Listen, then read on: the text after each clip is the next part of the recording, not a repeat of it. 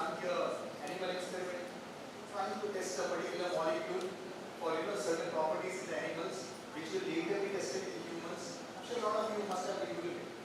So this is nothing but your preclinical development. Under a broad umbrella term of pharmacology, we are basically trying to study the pharmacokinetics and the dynamics. In a single word, kinetics in a simpler language is nothing but, I'm sure a lot of you must know, what the body is doing to the drug is nothing but your pharmacokinetics. What the drug is going to have an impact on the body is nothing but your dynamics. Okay? Toxicological study, this is very, very important. Whenever you're choosing a molecule to be used as a lead molecule or a lead molecule which is going to target a particular target, you need to have this molecule to be absolutely safe to be used in humans. So before we start using it in humans, we try to test these things in animals. Okay? Whenever you're trying to test these things in animals, the most important thing that you're going to test is the toxicological studies. I'm not getting into the details what are the toxicological steps that is undergone. Drug metabolism. Now, it is not just good enough to study the test molecule or the lead molecule for its toxicological studies. As the molecule enters into the system, okay, certain molecules undergo transformation to what is called as active metabolites. You also want to see whether these active metabolites are only going and binding to the target site, or is it having some other bad effect on the individual. So for that, you need to see whether the active metabolite is only activating the target site or is it affecting the normal cells as well. So that is nothing but you are trying to see the drug metabolism there. Okay? If at all there are any active metabolites that are produced by the drug. Formulation study is nothing but where you are trying to see what is the best way by which you can get the drug through inside the body. Okay? Is it through IV route? It could be a vaccine.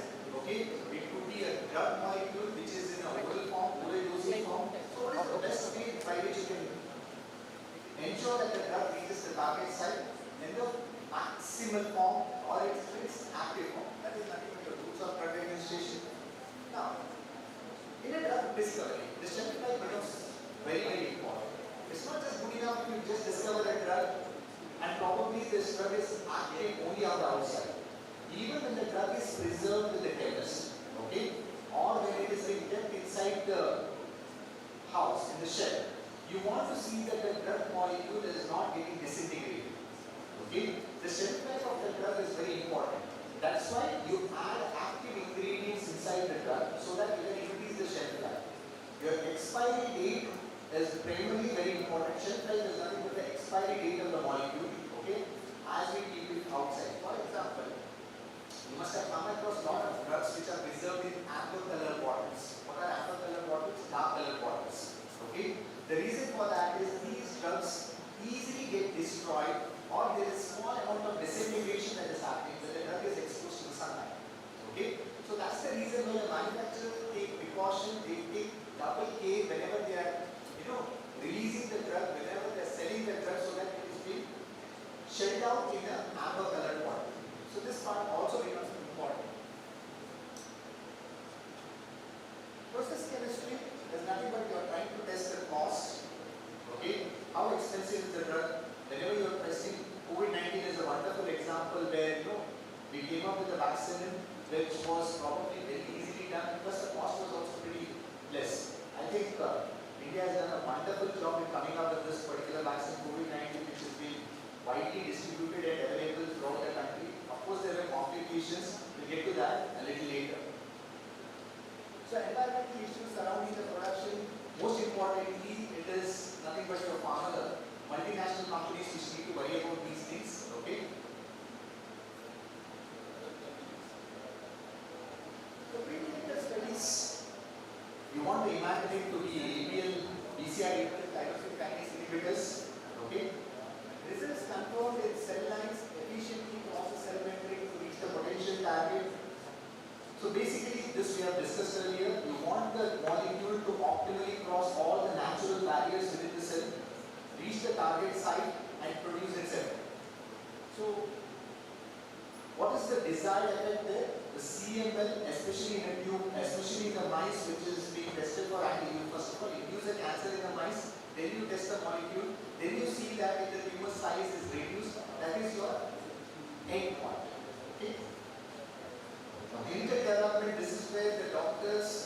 This is where the physicians come in, okay? Not getting into the details, it's all available in the textbook. Phase 1 trial, phase 2 trials, phase 3 trials. Phase 1 trials predominantly the healthy volunteers.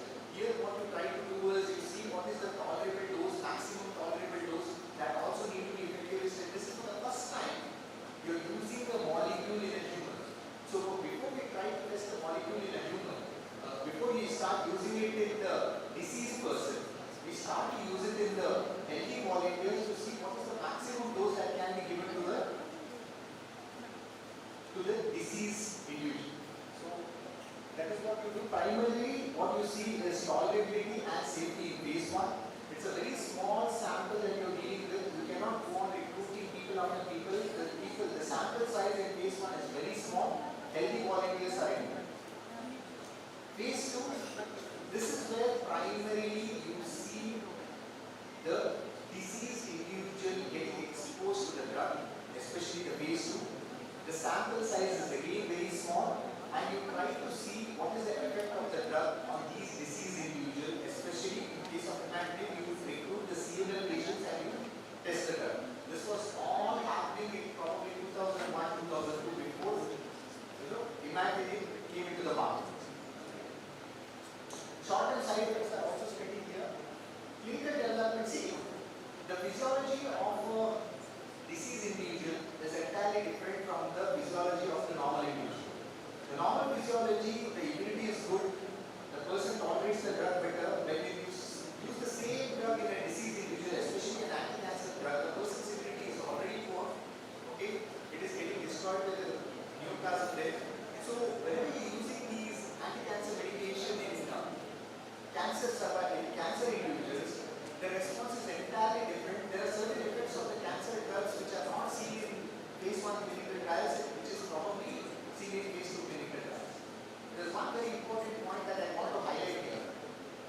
Certain drug development process, you can bypass phase 1 clinical trials. What are these drug development processes? Especially when you are trying to use an anti-cancer drug, especially when a drug development process is happening to diseases like HIV. So because these drugs are known to have very high toxicity, you normally spare the healthy volunteers in the phase 1 clinical trials, and what happens is you directly recruit the patients. So these are certain special drug development processes where you bypass the healthy volunteers, you do not recruit the healthy volunteers, instead you recruit more of the diseased individual or the target individual. Phase 3, it's a meta-analysis study where a large number of individuals are recruited. Okay, this is multi-centric trial where you not only have the drug development process happening in India, you can also have the same drug development process involving the same molecule in Germany, it could be US, it could be Europe, anywhere. Okay, so this is nothing but a multi-centric trial depending on the ethnicity of the individual, how the drug is responding. All these things get tested in phase 3 clinical trials. Of course, the sample size is small. Here it is only the diseased individuals, the volunteers who are ready to, who are given a consent for the trials are only recruited. Okay. So before we get into phase 3 clinical trials, there needs to be a good data to prove that you can use this molecule, especially in various other countries, and it will not produce a lot of harm to the individuals. Okay. So, coming to the drug approval and launch, this is the economics of the drug. The cost is approximately $300 to $400 million. That's a huge one. That's why you have these patented drugs priced at a very high value. Now you recently have a new drug, semaglutide, which is coming off patent now, probably in 22nd month. Semaglutide, I'm sure all of you must know, it's a drug which is used in treatment of weight loss. Not weight loss, it is primarily a drug which is used in treatment of diabetes. Okay? Yes, of course you have individuals who can use semaglutide. They are probably the individuals who have a BMI of more than 30. Okay? No comorbid condition, BMI more than 30. Semaglutide is a drug molecule. Semaglutide, which is coming off patent now. I don't know how many of you are aware about this.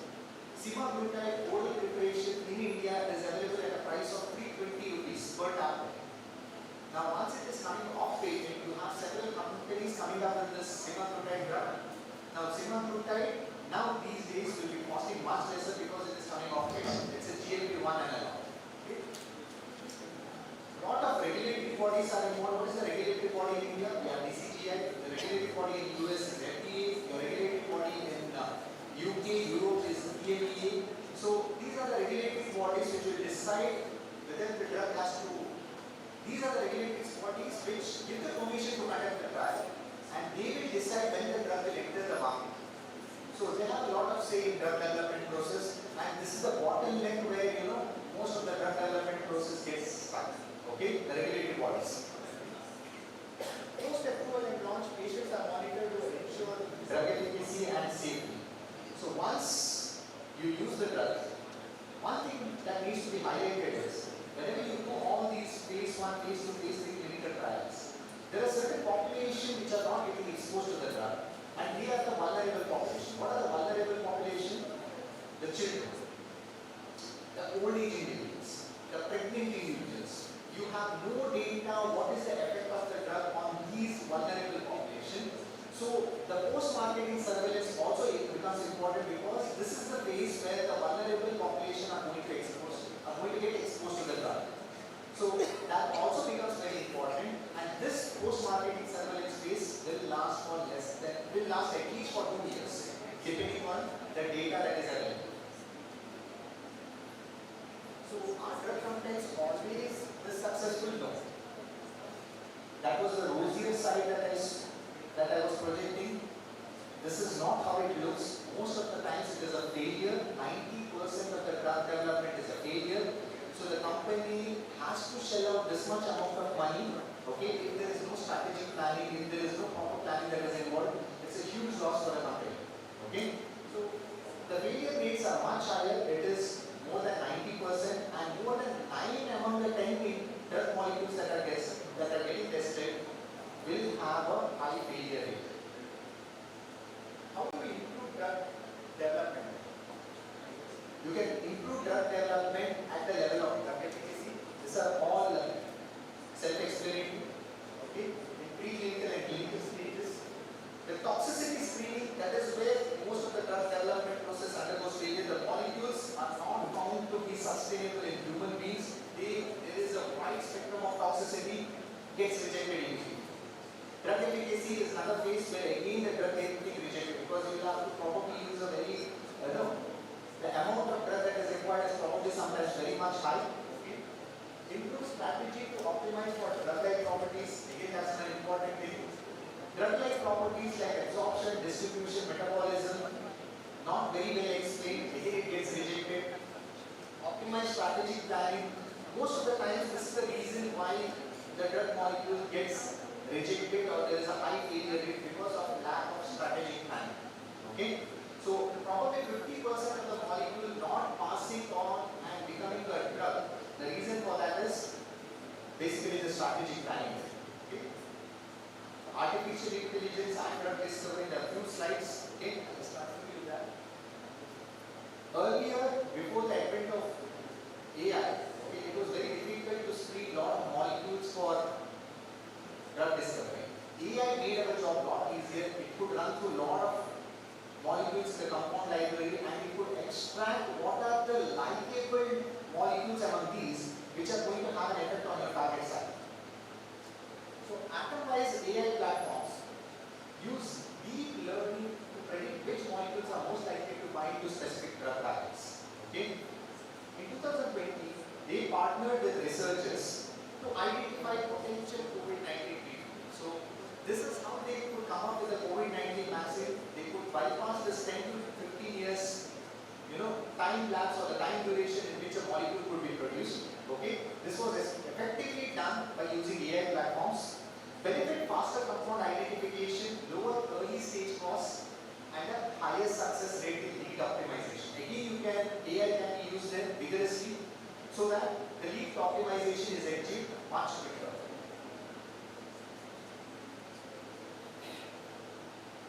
Biggest hurdle in pharma is clinical trials. I told you, the clinical trial becomes the bottleneck there. Okay, that is where most of the drug molecules are getting rejected.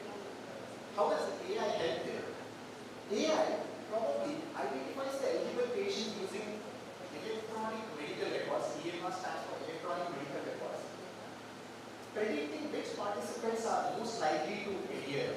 Okay, whenever you are recruiting volunteers, there's a high drop-off ratio. The reasons could be vague. Okay, so the AI tells you that which are the most likely volunteers who are going to stick with you throughout the clinical trial. Okay, having a very less drop-off ratio. Optimizing trial site selection. What is the most likely site where again it could screen the various centers around the country to tell you which is a suitable site where you can conduct these trials. That again AI will do it for you. Okay. Example, D6 AI uses natural language processing to find patients for clinical trials for analyzing unstructured data from over 30 million records. I've got two more slides. Pharmacovigilance and adverse event detection. Even after approvals, drug must be monitored and safety needs to be the priority. AI helps in scanning large volumes of data, including social media and patient forums for signs of adverse events. Yes. Examples. Bayer, as a multinational company, uses the AI for signal detection for pharmacovigilance, increasing the reporting efficiency by more than 30%. Last slide. Regulatory compliance and documentation. Regulatory submission requires thousands of pages of documentation. Again, AI kicks in here. Okay. AI automating much of this from formatting to checking consistency. It does that for you. Okay. Going through the various records, finding out the relevant data. Again, this is done by the AI. Example, Cora from GPAC automates the creation of FDA-ready submission documents, reducing human errors and speeding up review process. This is again an AI used by layers, which overlooks the regulatory compliance and documentation. I hope I have answered my questions.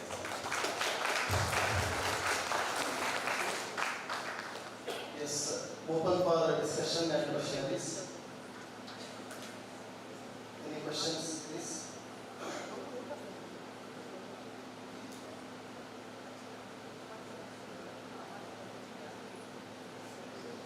Yes, please. Yes, very good. Relevant topic to the seminar. That is basic drug discovery process, including pharmacokinetics, pharmacodynamics, pharmacoeconomics, different phases of the clinical trial, preclinical trial, and related to the outcome of the process, nothing but what is the cost effectiveness of the drug discovery, challenges which is the company is going to face, that also highlighted, and including the current era, the AI, how best the AI, artificial intelligence, can be included in the part of the drug discovery process. So a very interactive and high important topics discussed by Dr. Prasad. On behalf of the organizing committee and all, I congratulate and thank you for your presence, sir. Thank you so much. Thank you, sir. Now I request the chairpersons to kindly felicitate our speaker.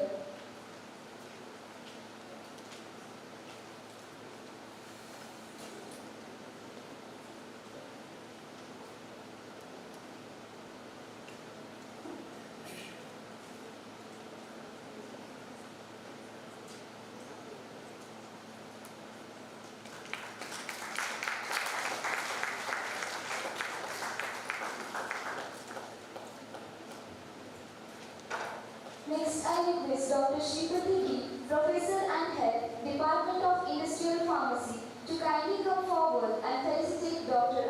Parukar.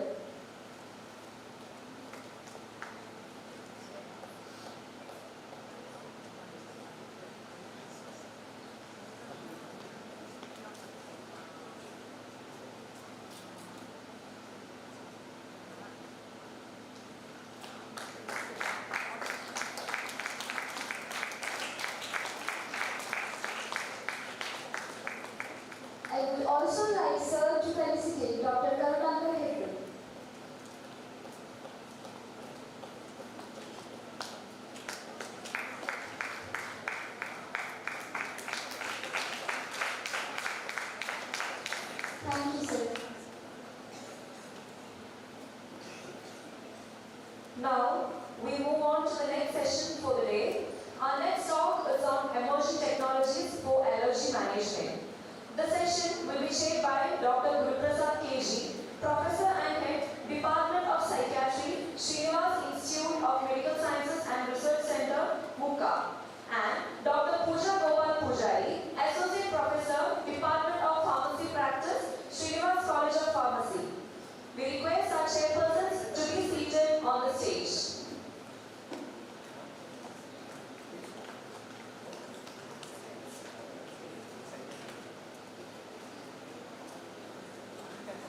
I request Mrs. Saujanya, Associate Professor, Department of Pharmacology, to kindly welcome Dr. Guruprasad KG, Reddy.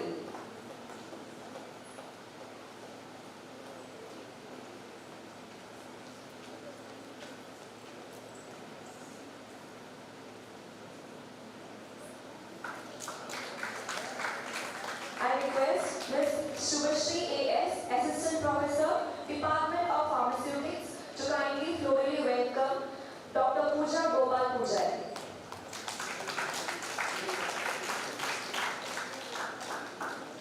We are delighted to have with us Professor Dr. A.K. Gnanachandran, ex-pharmacy supervisor, MOH Professor and Principal, Pranav Institute of Pharmaceutical Sciences and Research, Gwalior, who will be delivering the talk on today's topic. We welcome you, sir.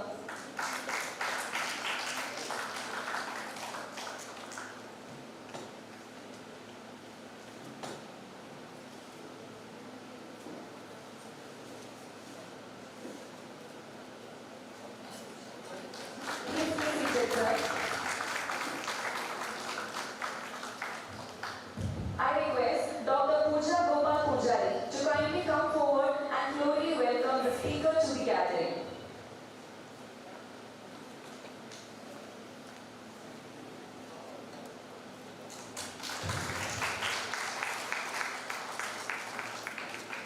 Thank you, ma'am.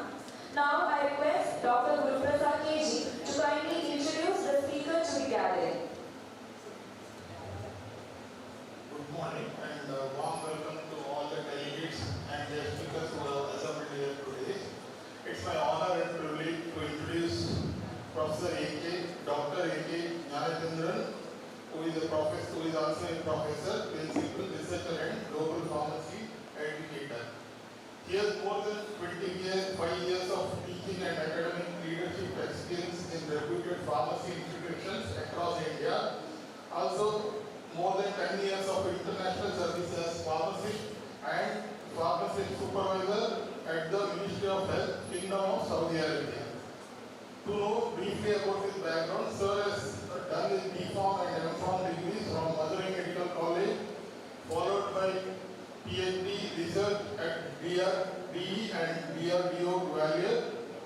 He has contributed a lot to the field of pharmaceutical sciences. He has been awarded many times. A few notable awards include Best Pharmaceutic Award, Ministry of Health, Kingdom of Saudi Arabia, Lifetime Achievement Award, Madurai Medical College Alumni Association, Fellowship of Indian Pharmacy Graduates Association, New Delhi, Clinical Pharmacist in Allergy Management, utilizing pharmacotherapy and sublingual immunotherapy system. He also serves as domestic and international advisor for Operant Pharmacy Federation. He also state advisor for Tamil Nadu All Registered Pharmacist Welfare Association. He has many national and international publications to his credit. With this brief introduction, I would like to request Sir to take over the session.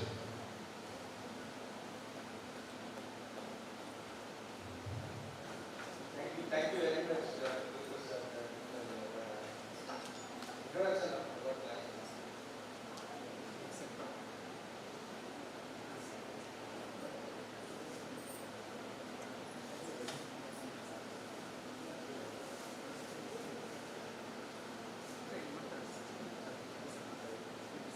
Once again, good morning, respected principal of the college and all of the faculty members of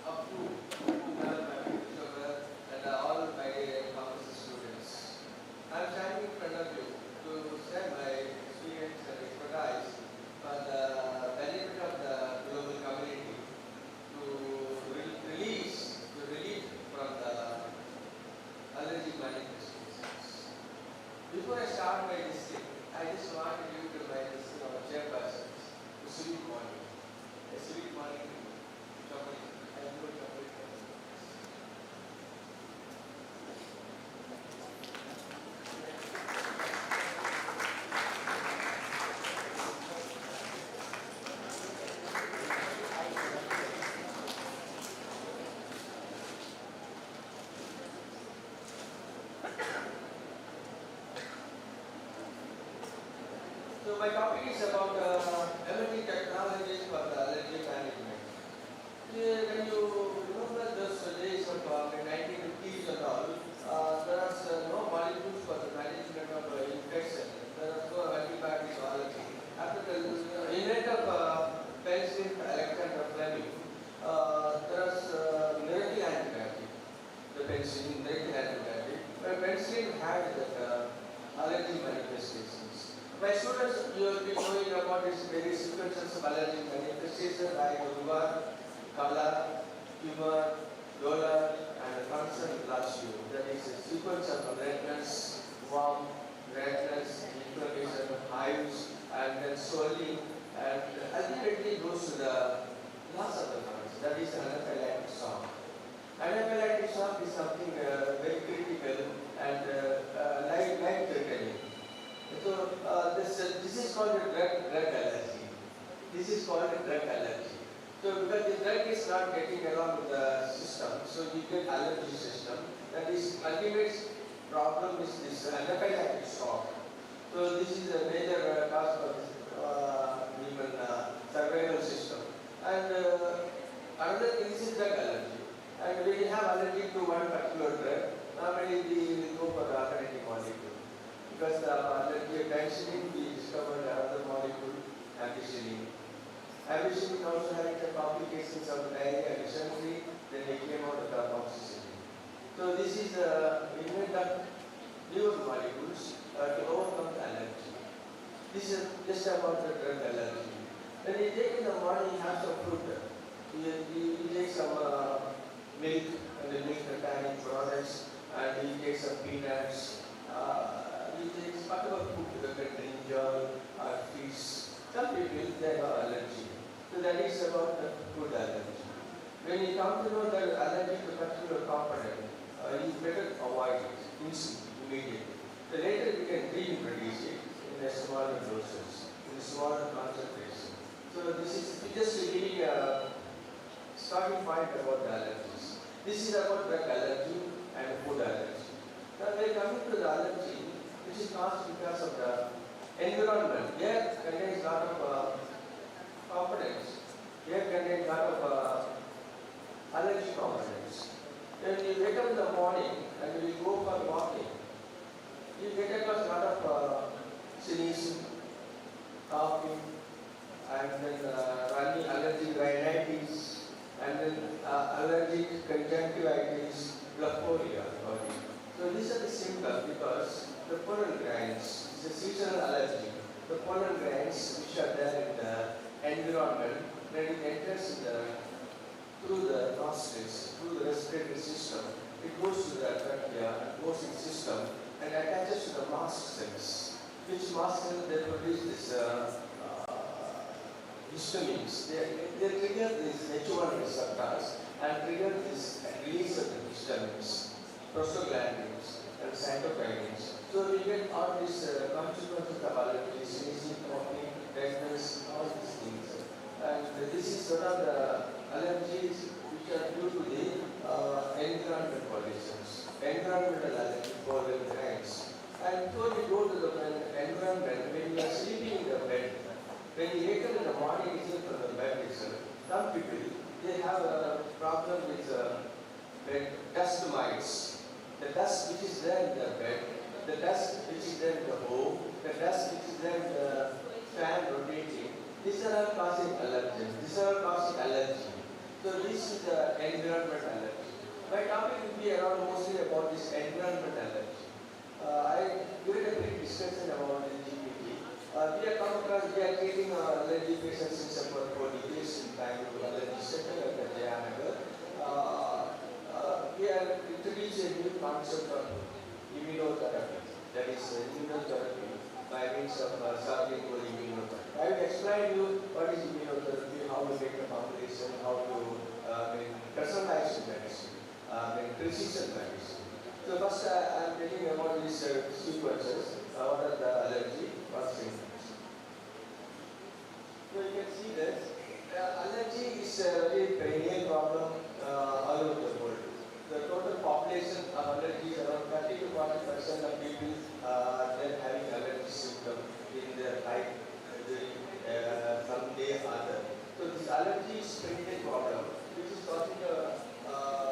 side is giving problem for the society, for the individuals which have the allergens give problem. So these are the, you can see in the slide the common allergens are pollen, dust, mites, food, and drugs, and insects. Insects, that is if you like honeybee, anything insect related insect, it is very serious. We are come across a case when honeybee insect, it is a lot of complications. People going to another pediatric shop, then you have to make an emergency treatment by giving this again and again. Okay, these are the various things. And prevalence allergy diseases increasing worldwide. Worldwide the incidence of allergy, 30% of population globally they are having. And out of this vulnerable people, this population is children, aged around 5 to 10 years. They are having this allergy problem, and old people.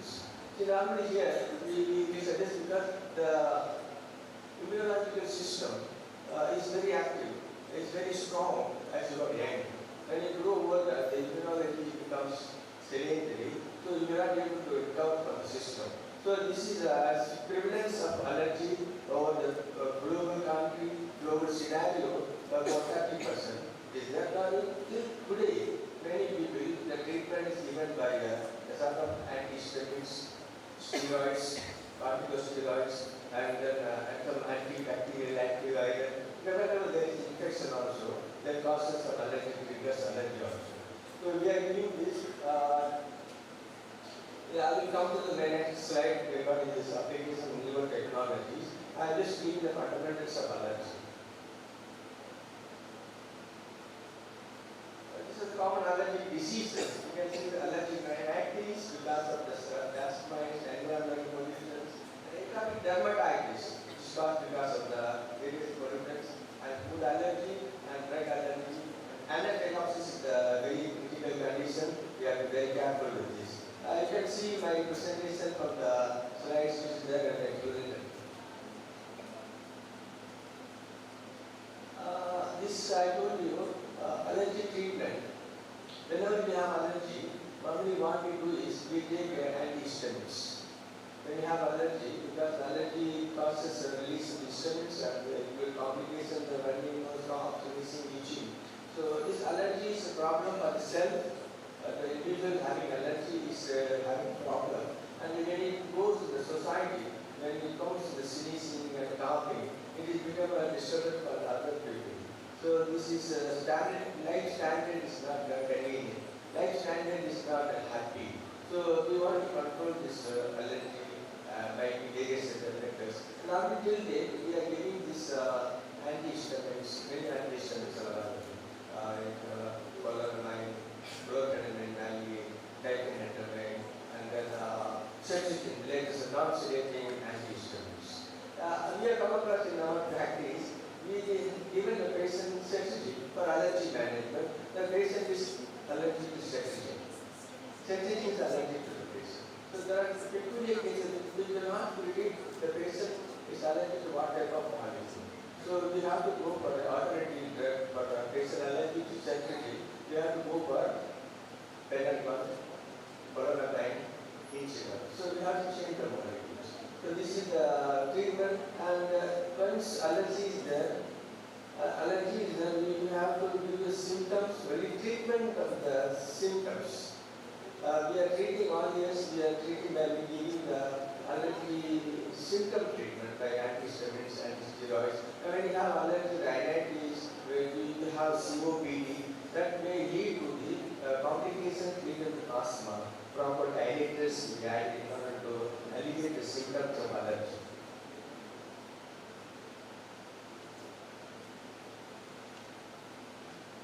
Before I go to this slide, because this is the novel technique I told you. Before we go to this application of this modern technological innovation for the allergy management, all these days they have been giving allergy medicine by giving antihistamines. Now we have to find out what the cause for the allergy, why the allergy triggers, which is pharmacogenomics, and we will identify there are about 210 allergens. 210 allergens like dust, insects,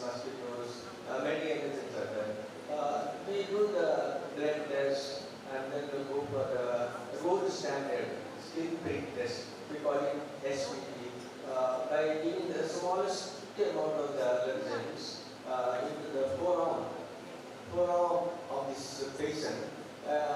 Just prick it very minute quantity of the allergens in the forearm of the patient, and we circulate.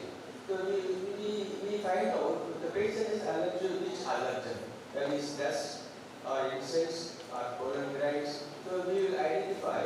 Once we identify, then we have to go for the treatment. Now we know the patient is allergic to dust mites. There are 3 types of dust. One is DPT, Diphenny, and Bromia. There are 3 types. Some patients are allergic to mosquitoes. So first we find out the cause. Now we know this patient is allergic to this dust and other environmental pollutants. A particular patient, we do the precision medicine.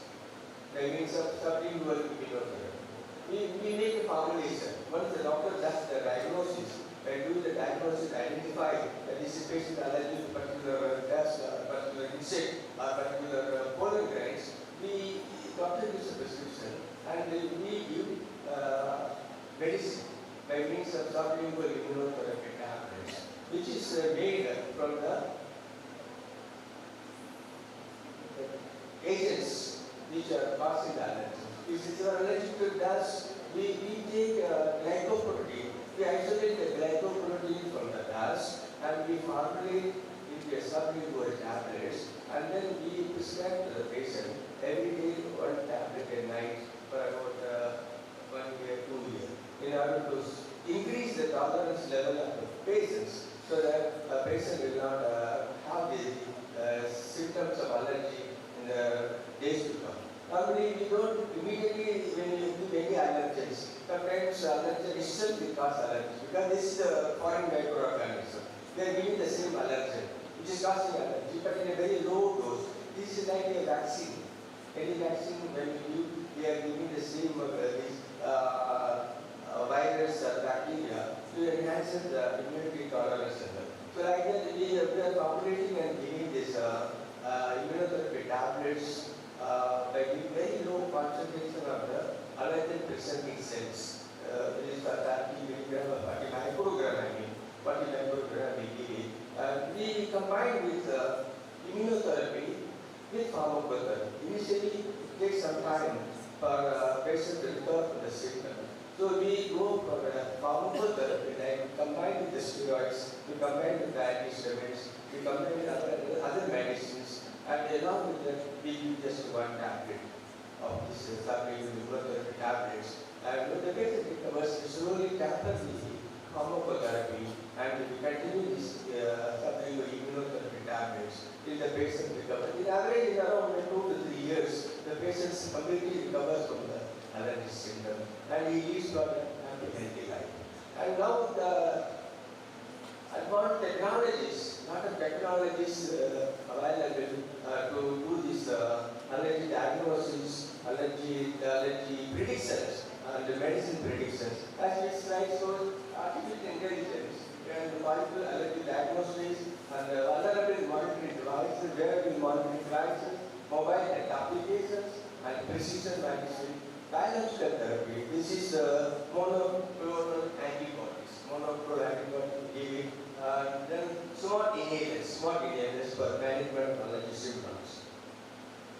As you see in the slide, AI helps in analyze clinical data and symptoms, and it predicts allergy risk and disease progression, and improves interpretation of allergy test results, and it helps clinical clinicians make faster decisions. You can see the various data and the technology innovations will help us. We are doing this all these years in a very systematic way. Because of the innovations in technology, we can make our decisions faster. We can make our treatment faster. This is the advantage of this latest innovations in technology for the management of allergy symptoms.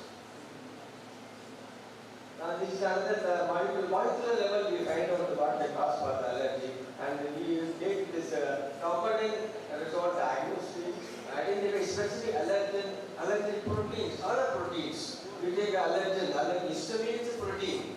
Histamine is a protein. So we identify these elements and improve the allergy testing, and then enable the personalized immunotherapy. See, already allergy causes because of this IgE mediated allergic reactions. We have many immunoglobulins in our body that are different as an antibodies like immunoglobulin G, immunoglobulin M, immunoglobulin D, and immunoglobulin E. Out of these, immunoglobulin E is activating the allergies. These are the various novel new innovations so that we can identify the causes of allergy, mobile wearables, and all this system which help us to do the evaluation of allergy, testing of allergies, and make the treatment very easy for us. The mobile health applications are available all over the world. Allergy tracks as Mitra available, medication reminder, digital diaries for patients, and data sharing with the healthcare professionals. These are the innovations. These are innovations, and days to come we'll have a lot of advantage with these innovations. And it's a smart inhaler, electronic inhalers. We record medication usage, monitor adherence, therapy provides reminders to patients, and improves asthma control. This is the advantage of these innovations in healthcare systems. And biological therapies. Biological, as I told you, we are taking the biological products like this immunoglobulin and monoclonal antibodies. We are making it to increase the immunity tolerance level, and this is giving us a lot of advantage in giving a healthy life, happy life for the community. And used for severe asthma and chronic allergic diseases, improves patient outcomes. This is Presided medicine I told in my beginning statement. This is a particular disease we identify and give for the patient based on the genetics. Because the allergy is a genetic factor. I told you one drug fits for all will not suit for allergy management. You cannot use the same drug for one drug for all, one size for all, will not work out. So we have to find out which genes is causing allergy, and this is hereditary. Allergy is hereditary, genetic factors also plays a vital role, apart from this our environmental conditions. So we have to find out the genetic elements so that to remove the allergy symptoms. And this is tailored immunotherapy. Tailored means we customize for individual patient, we do the treatment by depending on. I tell you one thing, this immunotherapy is not, I have given one immunotherapy tablets. I have complaints of sneezing, coughing, itching. These tablets I cannot give to a wife because she may have different genetic and she may have different immunomodulation. So we have to take only for the customized medicine. And it is given for the very limited period. Only one tablet you will take today, and suppose you forget today, you cannot take 2 tablets. You have to take only that day's tablet. You cannot slip tablets, you cannot combine it. And so future directions of integration of AI with clinical decision systems, smart environmental sensors, digital allergy passports, advanced immunotherapy techniques. These are the various advances which will help us to give better treatment strategy, make allergy patients get relief of the allergy symptoms. So in the conclusion, emerging technologies are transforming allergy management, improved diagnostic and personalized treatment, and better patient monitoring, and promising features for allergy care. Thank you. Any questions, students? I want my students to ask you questions. 1 or 2 questions from students.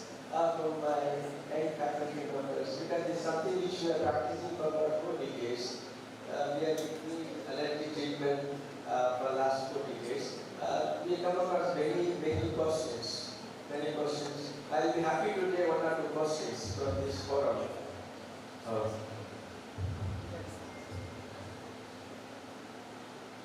Thank you for the wonderful presentation. discussion and question and answers. Before I go further, I need to publish to you. How was it? They are made this. This is our research project. This is a phytopharmaceuticals. We have made our team of pharmacists and with our myself and the senior scientists. We formulate many formulations in nutraceuticals. This is nothing but curcumin. Curcumin pure 95% curcumin. We isolate and give it in the chocolate form. When you give the chocolate in the mandibles, it will dissolve of its own and goes through the trachea. It terminates all the adhering microbes, adhering particles, and you can feel the throat sensation, throat relief. And another thing is it enhances the immunity. This curcumin enhances the immunity. And another element is this is antioxidant and anti-carcinogenic. We are supplying to many oncologists. They are keeping in touch with us. This is our own Indian formulation. We are making from India. We are making from our own country. And this is our. We have got many other formulations made from nature sources. So thank you. Thank you, sir. Thank you, sir, for that informative session. Now, I request the chairpersons to kindly felicitate our speaker.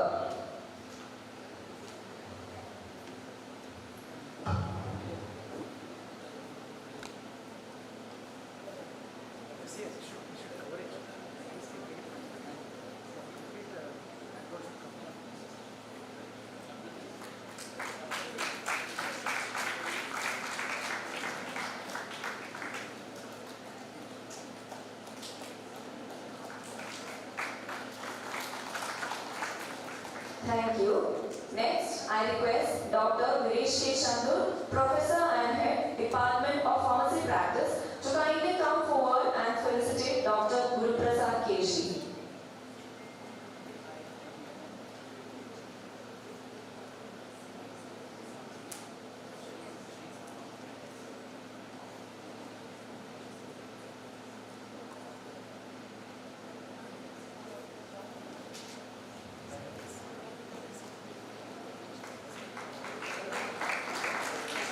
I would also like sir to felicitate Dr. Pooja Gopal Pujari.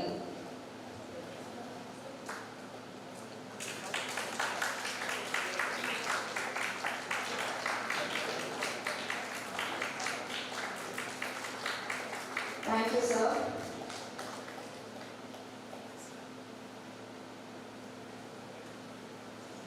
We now move to the final scientific talk of this conference.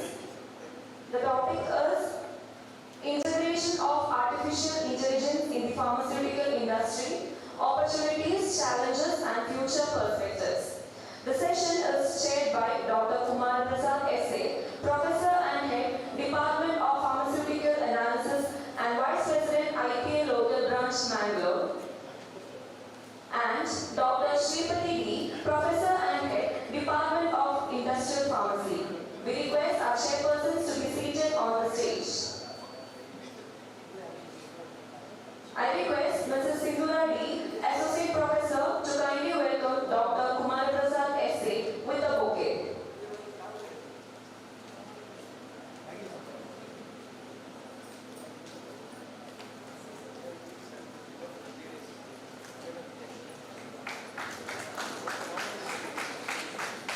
Welcome to the gathering, sir.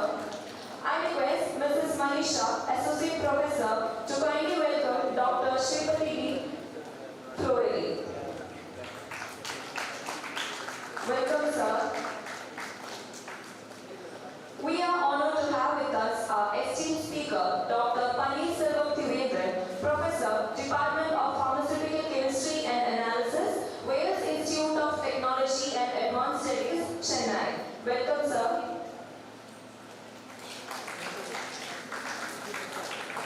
I request Dr. Kumar Prasad S.A.,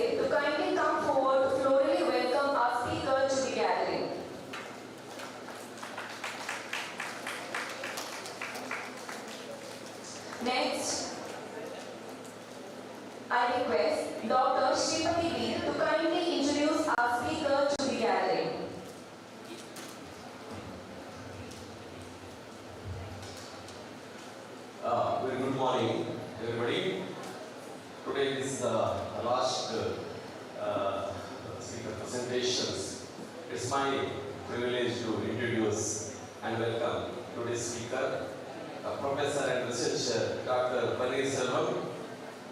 And I want to read out his professional biography. Dr. P.R.C.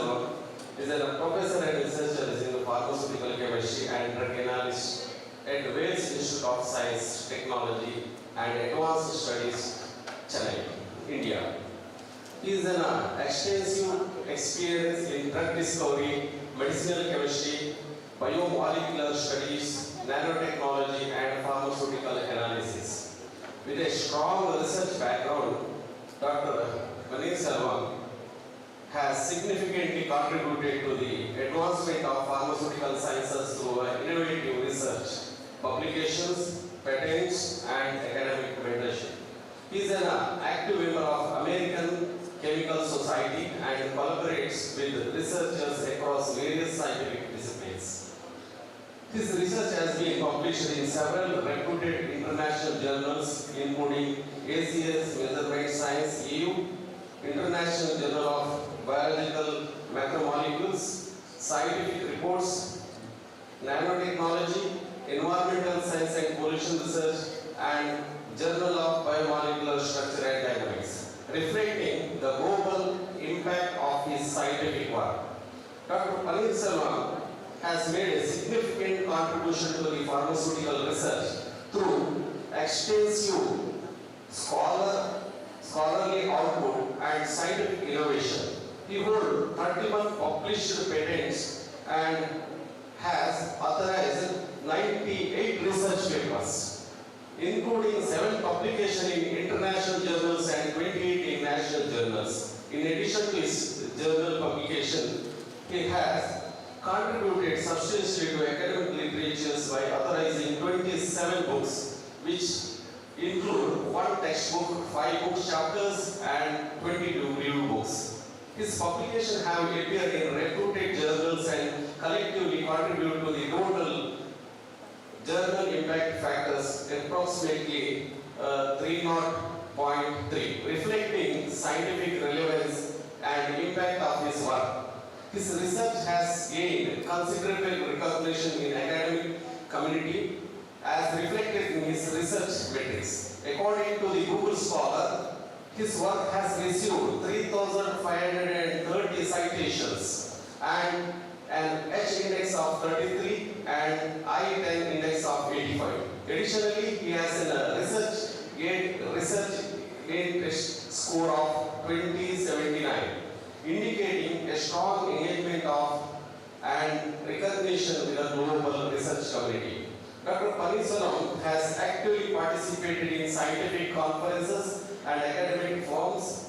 He has presented 13 research papers at conferences, including 4 presentations at international conference and 11 at national conference. He also involved in academic mentorship and also research supervision, having guided 4 PhD scholars.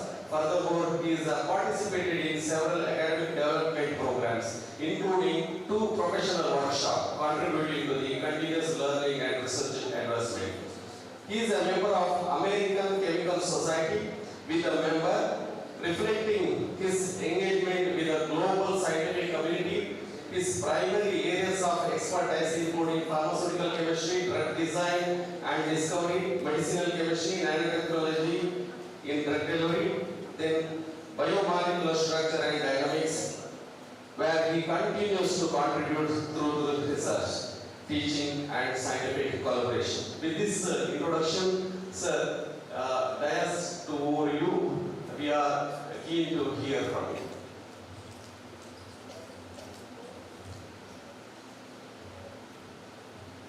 A very good morning, Honourable. First of all, I'd like to thank for the brief introduction.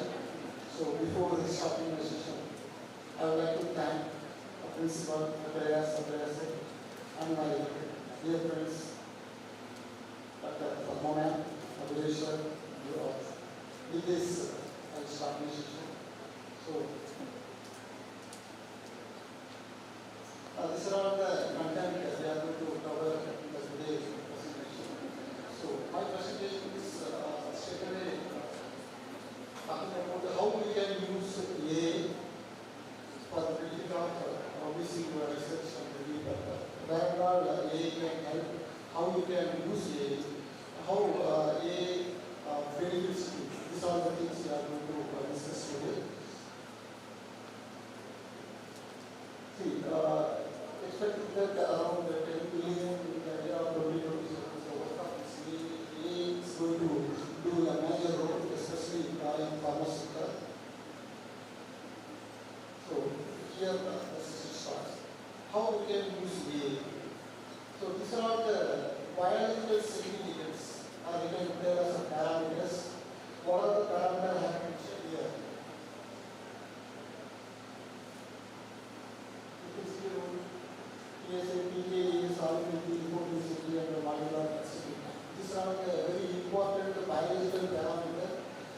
this parameter we are going to run or we are going to create a database by using AI. So these are the primary parameters involved for managing a citizens. So with this parameter, first step we are going to create a database. There are so many online tools, free online tools are available to create the database. But to create the database, we have to keep it in our mind. These are the critical parameters. According to barriers. So what kind of work we are going to do? Based on the work, if you are concentrating on syllabus related work, then we have to concentrate the triple B. All the barriers are related to some important function. So based on the work what you are choosing, accordingly you have to choose the barrier. With that barrier also, this barrier also is a kind of parameter. So you pick any of the parameter based on the work what you are choosing. So these parameters very helpful to create a database. This is step 1. Machine learning or AI assisted target identification or AI assisted lead molecule identification. By using AI, we are going to do two things. So this molecular means target identification and the molecule identification. So for that we need database. To create the database, already said that we have to pick the parameters. With the parameter, we have to create the database. So these are the two online tools where you can create a database. One is Colab, another one is Scikit. These two tools, you can use these two tools. Using the parameter, you can create your database. With the database, you can create two things. One is a target identification, another one is a lead molecule identification. And after identifying that lead molecule or lead target identification, whether the target will work or not, how the target is going to work. To do that, we have to create network topology. Here the top step 1 is the target, what I have chosen by using the AI assistance. So how I am using that, this step 1 is having the card as a node, and this node is having many edges, means many connection with the other protein. So in that way, you have to construct the network with the network of the protein, and we can clearly justify that the protein what I have chosen is having significance. This is the step number 2. Step number 3, to create this network homology or network, you can use two online tools. One is Cytoscape, another one is Stitch. And the protein selection. Whatever the protein I have selected, you have to analyze the protein. How the binding packets are there in the protein. How the binding packets are going to act with the lead molecule. So to do the protein analysis, we are going to use two tools again. One is a PDB protein database and UV protein. This two tools is more than sufficient to analyze the protein. Next is, after identifying the protein, what we are going to work with, you must know that how the protein is going to work. For that, you have to develop the, create or write the mechanism of the particular protein. To write this colorful mechanism, to create the colorful mechanism, again you can use the tool by hand. So, next step, docking. So now we are using by AI. Number 1, you identified a molecule and identified a protein. After identifying these two things, after doing network homology, after doing protein analysis, you are going to do the docking. The docking, there are two kinds of docking is available. One is blind docking, another one is site-specific docking. Site-specific docking in the sense there is a protein, underneath the protein are doing the co-crystal. Co-crystal is having XYZ coordinates. This XYZ coordinates is a site-specific docking. You have to pick the XYZ coordinates. With the XYZ coordinates, you have to do the docking with the molecule what you have taken as a lead molecule. So, after docking, you get the structure like this. To do docking, there is a software called docking. It's again freeware. No need to spend any money for doing this docking. After completion of this docking study, this is a freeware. Open browser there. Some steps you can use for structure construction.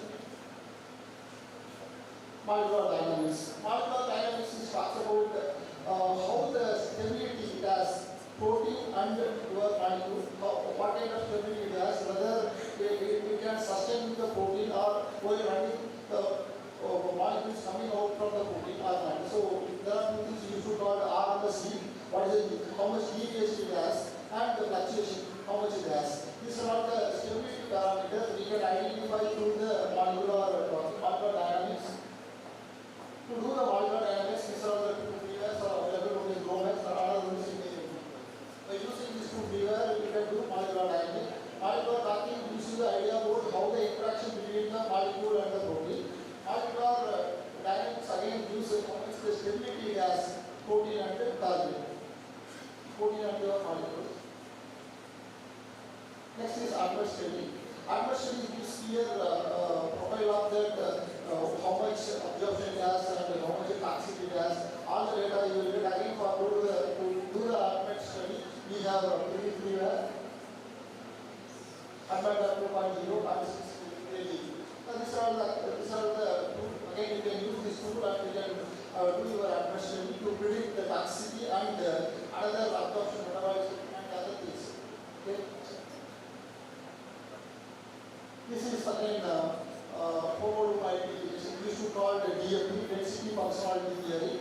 This density functionality theory talks about that the structure stability, whether the fusion target structure is having stability or not. To know the structure stability, again you have to run this homologous. It is called DFT.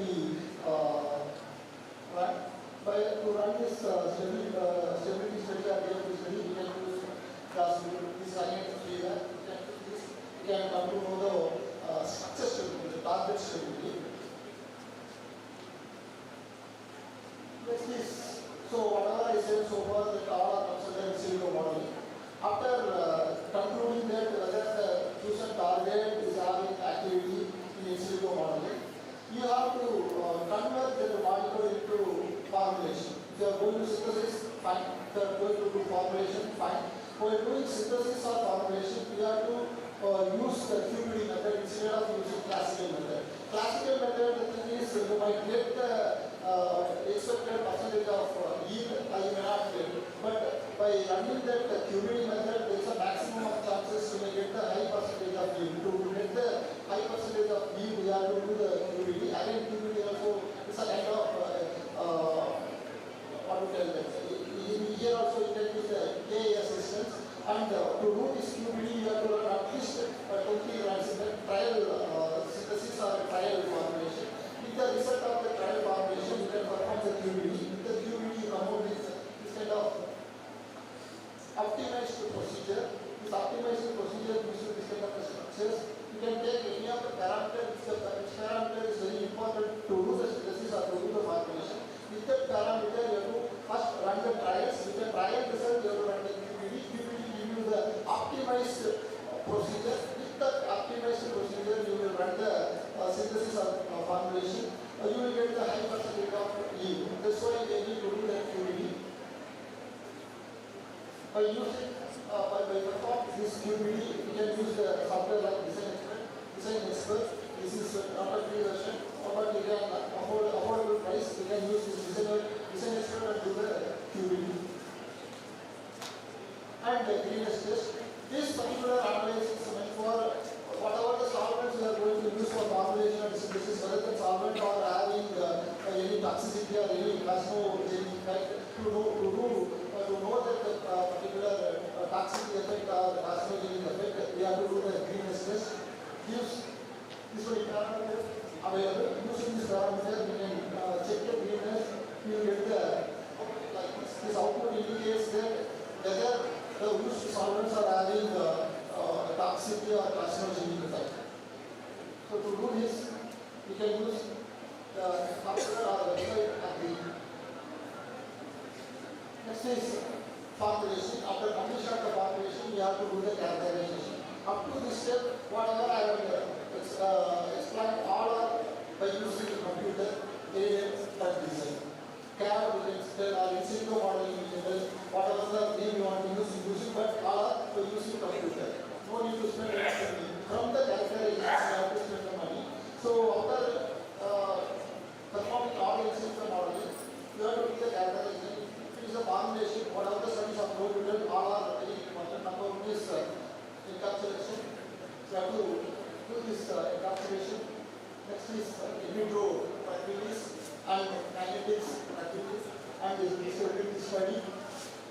and the formulation of LCMS report, IR, X-ray, EDAS, cell, particle size and digital potential analysis, and 2 microcell. And suppose it is I clear the cancer study, so I took cancer cell study, followed by fluorescent light intensity study, followed by photocytometry study. Then this is in vivo tumor study. So whatever the study I say from machine learning to till, this many work you have to conduct to complete your entire research work. If you are doing this many studies, then you can expect your paper may go into impact of 4 to 5. Whatever I said from the beginning to till, for only 4 to 5. You don't know not more than 4 to 5. So to complete research study needs this many parameters and this many experimental report. If you are having these are all the reports with you, then you can confidently approach any of the good journal which is having impact and comes under good quartile, like Q1 or Q2. So these are all the things you have to concentrate before starting any research work. If you are going to conduct any research work, especially formulation, whether the facility you are having in your institute, you check it out. If it is not there, whether you can do outsourcing, you check it out. If everything is possible, you can start your work. So here is in vitro, in vivo, and previously this characterization. From the characterization to in vivo, you are going to do in lab. The rest, all the in vivo modeling you are going to use by your computer. For that, again, you need to get good exposure about all the online tools, how you can utilize the online tool. Here, what the AI does in the sense, AI mainly work in machine learning or database creation. Then you can use AI. Yesterday, who mentioned that the AI can replace human, definitely cannot. Human is always superior than AI. What we need to do in the sense, whatever the report you are getting from the AI, you have to read completely, you have to read, you have to give full attention, full concentration to read out, because all the time, what kind of report you will get from the AI in the sense, some mixed report might be wrong also. You have to read the entire report, and you are satisfied with the report, generally you go with whatever report you are generated by the AI. And another important point I will look earlier, to get a proper report from the AI, you have to be a prompt engineer. You must know that what kind of prompt you have to give to get the proper result. To get proper result, your prompt must be clear. So that you must try what kind of prompt you have to, and what kind of answer you are expecting, whether the expected answer you are getting.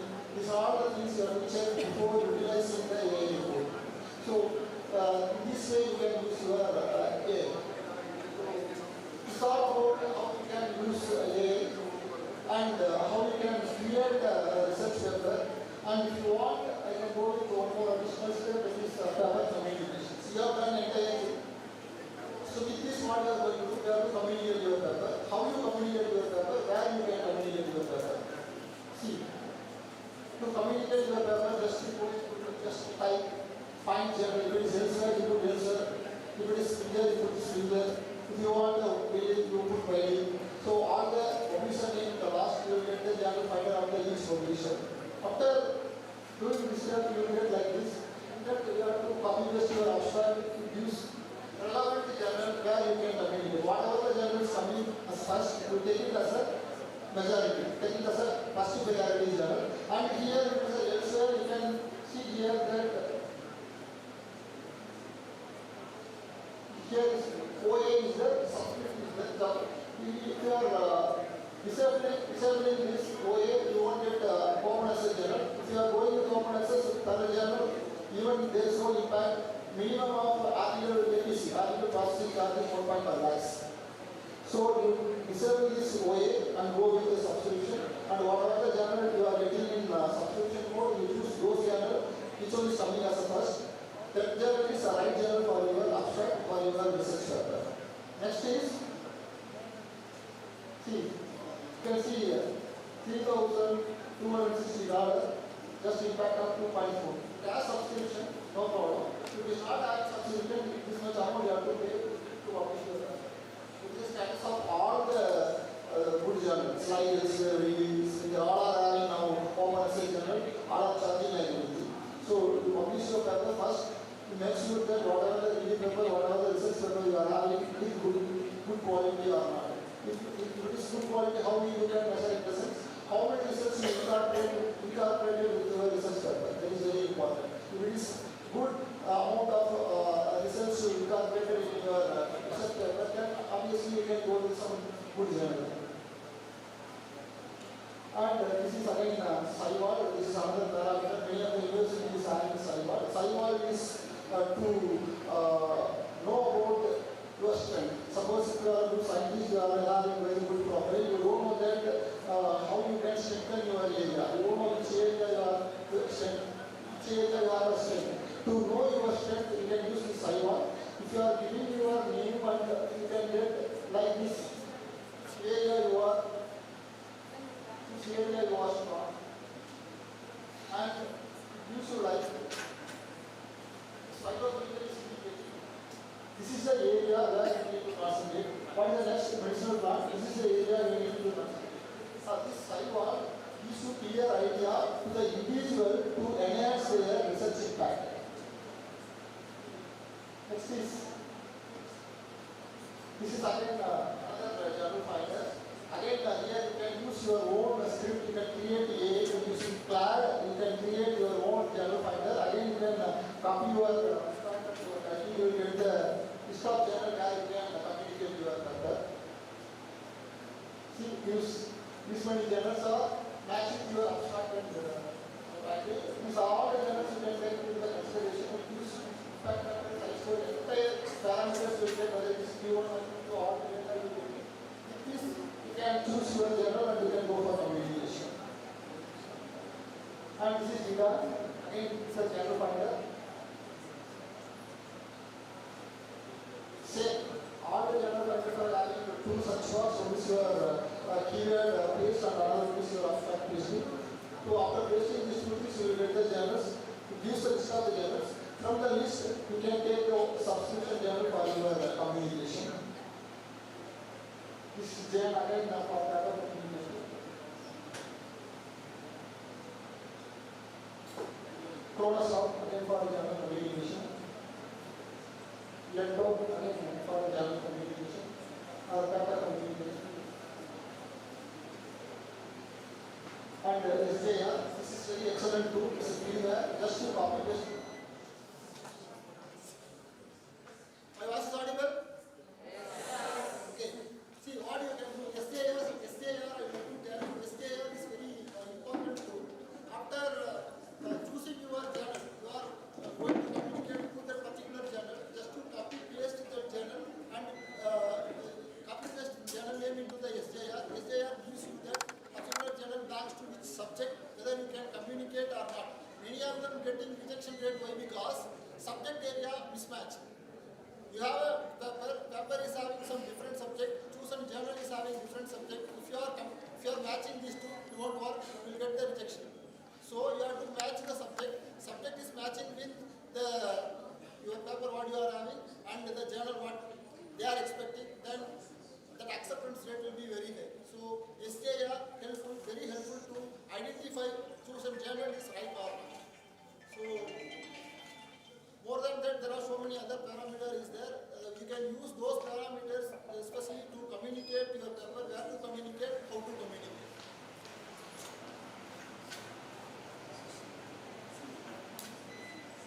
Okay then. So with this I will wind up. If you have any doubt, please come forward.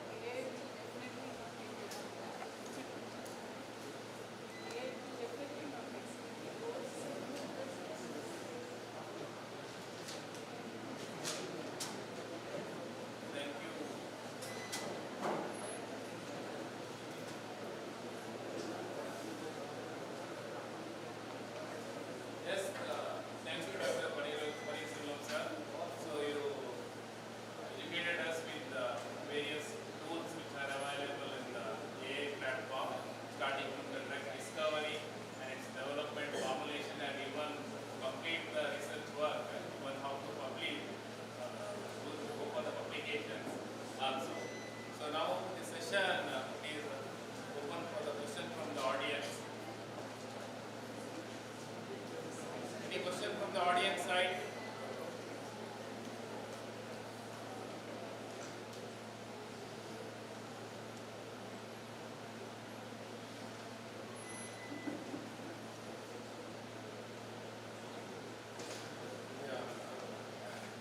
you, sir, once again.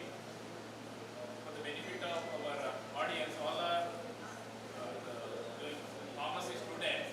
So starting from their career, so how they can go till this platform of the AI, or what knowledge they should adopt now in brief one sentence. See, especially for, there is no matter of UG student or PG student or PhD student. Before starting your research, you must need interest. Without interest, you can't do anything. After joining college, you are not a kid. You have to create your own interest. After creating your own interest, you do your self-analysis. Where you are strong, which area you can proceed further. You identify your role first. With that, you go for the next level. Next level is whether you want to be a researcher. If you want to be a researcher, then you have to read articles. Apart from your textbook, at least minimum 1 or 2 papers daily you try to read. It gives you confidence like anything. If you start writing one review paper of any of your interested topic, after completion of that review work, you will become a master in that particular area and very strong on it. You try to materialize it, and you have to create such a way the paper and try to communicate the paper in good journal to use more confidence while going for your intermediate salary. This is my advice. Thank you. Thanks for listening. Thank you, sir. Now, I request the chairpersons to kindly felicitate our speaker.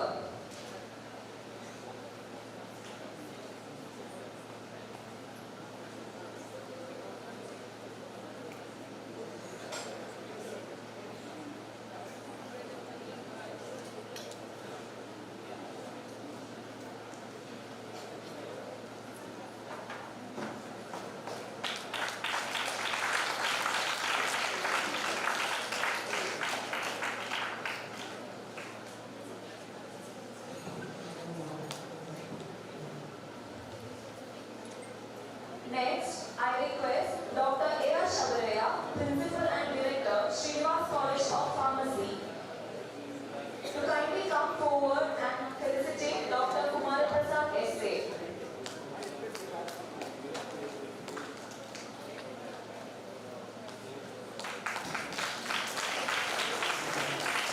I would also like, sir, to felicitate Dr. Sripati.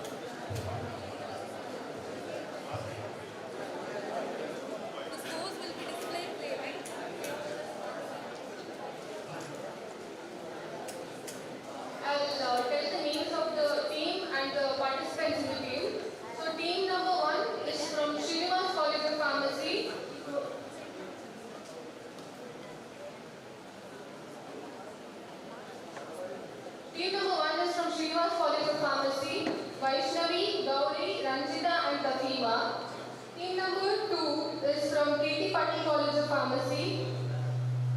Raj Harish Chandra Jaiswal, Pranit Dattatreya, Sohail Sheikh and Priyanshu. Team number 3 is from Prasanna College of Pharmacy, Shushmita, Ashita, Jalajaki and Pratibha. Team number 4 is from Srinivas College of Pharmacy, Shashank, Aishwarya, Fazila and Nafa. Team number 5 is from Prasanna College of Pharmacy, Saida, Amrita, Dhanashri, Bhavin Ganesh. And finally, team number 6 is from Srinivas College of Pharmacy, Akhilesh, Shrikant, Shriniket, Sinchana and Sneha. So we welcome you all.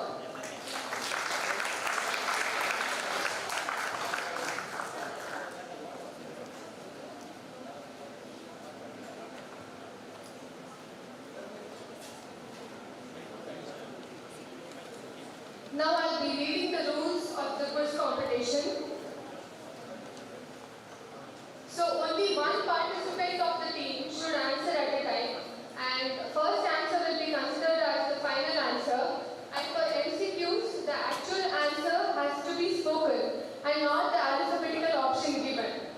I hope it's clear. And the timer will start once I tell you the question. Only after that the timer will start. So these are the rounds. First round is rapid fire. Second round is pharmacy and medicine. Third round is general knowledge and current affairs. Fourth round is pharmacology. Fifth round is voice recognition. And sixth is picture round. So shall we start with the first round? I request the audience not to prompt the answers, and we will give you a chance to answer. So the first question goes to team 1. I'll once read out the rules again. So only one participant from the team should answer at the time, and the first answer will be considered as the final answer. And the maximum time limit is 40 seconds. So the timer will be set for 40 seconds. Each question you will get 5 points. And in this round, no passing is allowed. Is it clear? Team number 1. The question is for you. Which immunoglobulin is the only one capable of crossing the placenta? I repeat, which immunoglobulin is the only one capable of crossing the placenta? Your time starts now.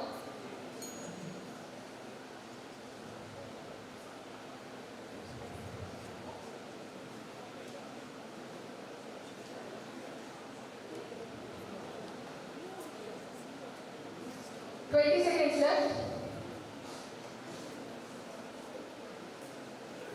IgG. Your answer is correct. You get 5 points.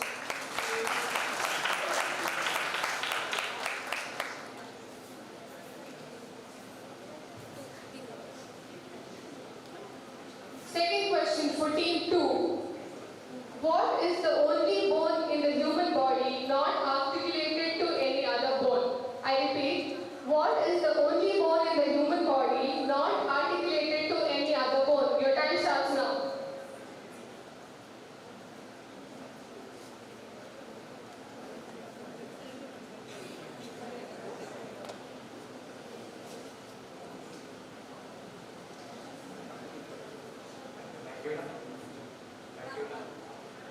No. You have time. You have time.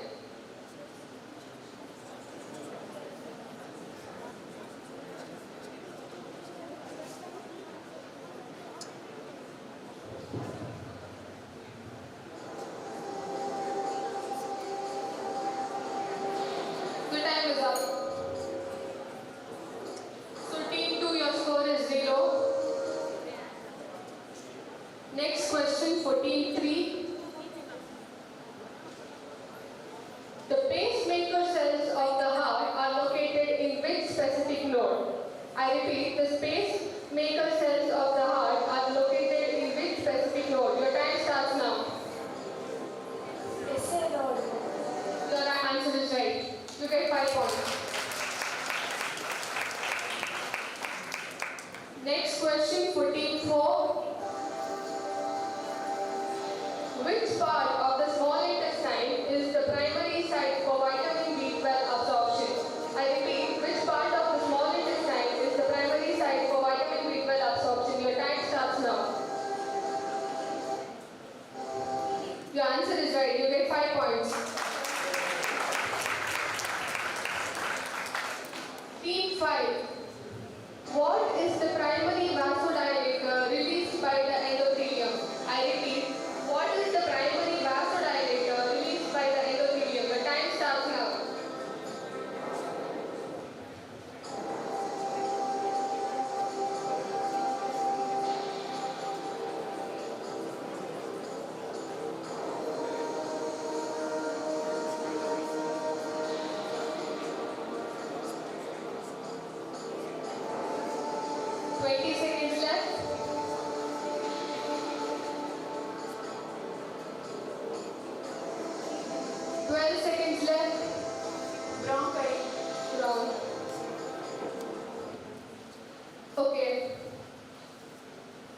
So your time is up. The answer is nitric oxide. Team number 6. Which electrolyte imbalance causes torsatus de pointus most commonly? I repeat, which electrolyte imbalance causes torsatus de pointus most commonly? Your time starts now.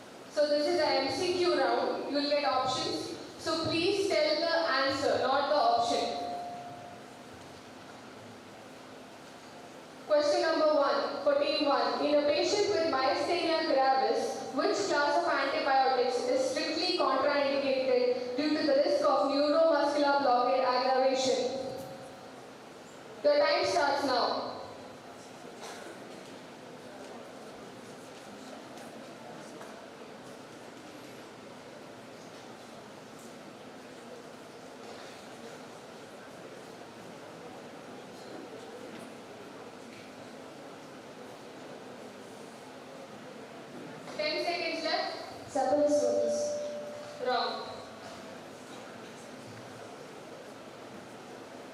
Okay, so team 1, your score is 0 for this round. Team 2, question number 2. So the answer for the earlier question is aminoglycosides. Team 2, the question is for you. Which second generation antipsychotic is known for its dopamine system stabilizer properties, acting as the partial agonist at D2 receptors? Your time starts now.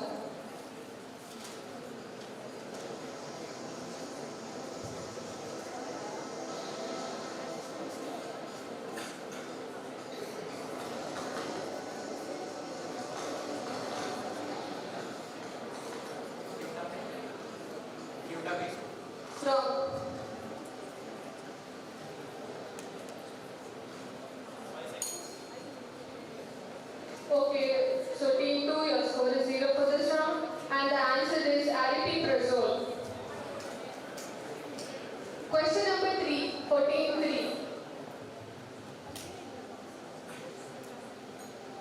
Tidalisuzumab is the specific reversal agent for which anticoagulant? Your time starts now.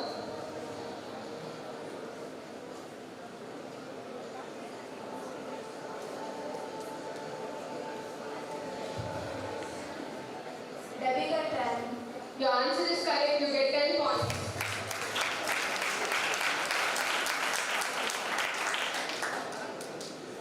Okay, question number 4 for team 4. The triple whammy effect causing acute kidney injury occurs when which 3 drug classes are used together? Your time starts now.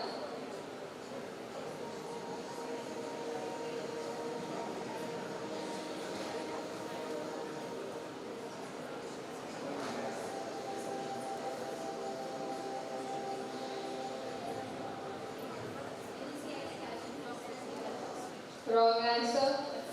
Okay. So the answer is AC inhibitor plus andesite plus diuretic. Okay, moving on to the next team. Team 5. The question is for you. A 52-year-old patient diagnosed with COVID-19 has an oxygen saturation of 82% on pulse oximetry, but he appears comfortable, talking normally, and does not complain of breathlessness. This phenomenon is known as what? Your time starts now.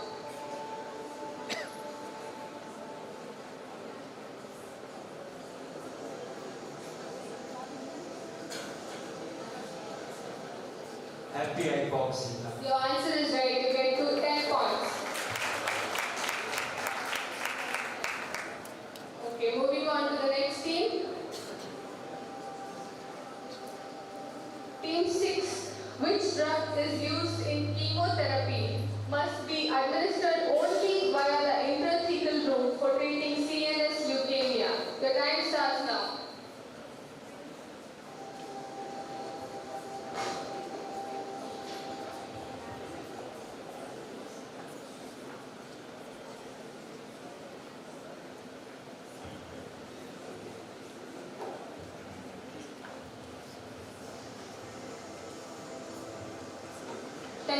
Left.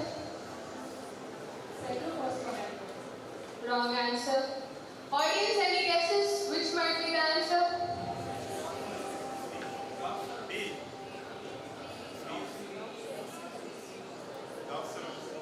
No, the answer is methotrexate. Okay, so shall we move on to the next round? Guys, please clap for the participants. Next is round 3, very interesting round, general knowledge and current affairs. I'll tell you the rules. So in this round there will be passing. And the same rules, each team will get one question. Each question here carries 20 points. And for every wrong answer, 10 points will be deducted.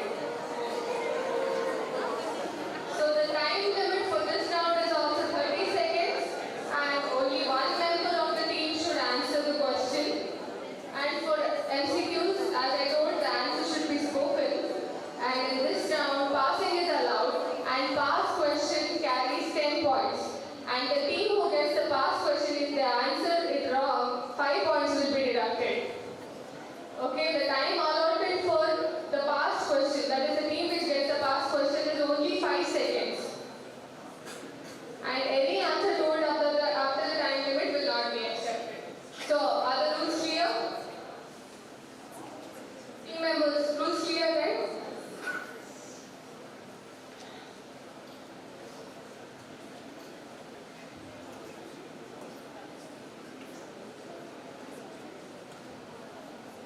So, first question for team 1.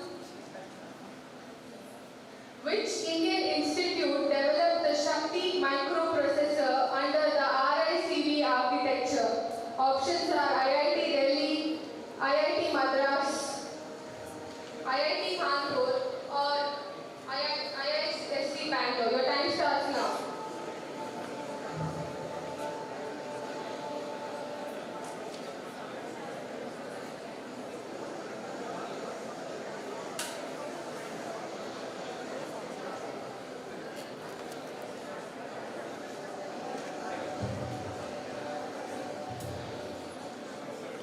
5 seconds left. Pass. Pass. Oh. Okay. Second, team 2, you get 5 seconds. Pass. Okay. So we'll go to the next question.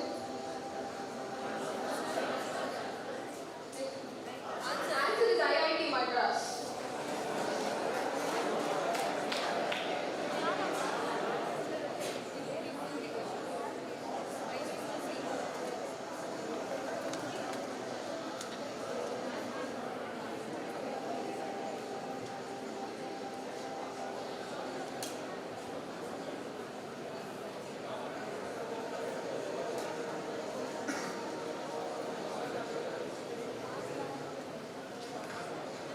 Next question for team 2. The Blue Economy Policy Framework in India is primarily coordinated by which ministry? Option A, Ministry of Environment. Option B, Ministry of Earth Sciences. Option C, Ministry of Shipping. And option D, Ministry of Fisheries. Your time starts now. Audience, please don't prompt the answer.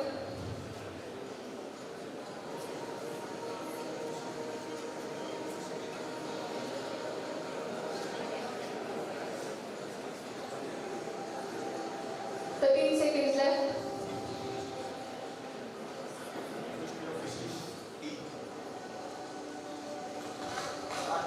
Ministry of Fisheries. Your answer is wrong, so 10 points will be deducted. 5 points will be deducted, sorry. 10 points will be deducted. So audience, any guesses? Yeah, the answer is Ministry of Earth Sciences. Okay, for team 3. Which international organization manages the COVAX facility for global vaccine distribution? Option A, WHO only, UNICEF only. Option C, Gavi, WHO and CEPI. Option D, World Bank. Your time starts now.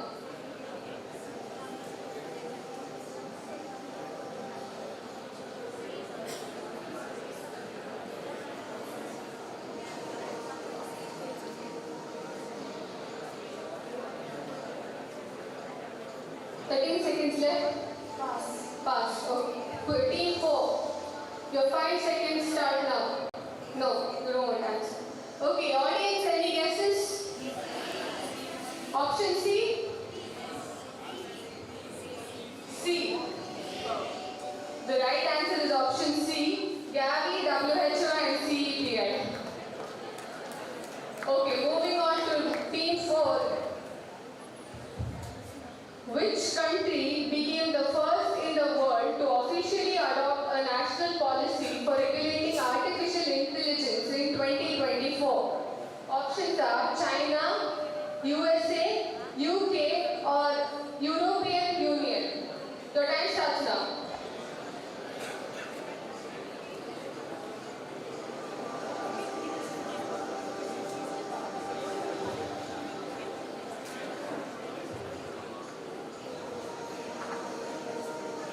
Seconds left.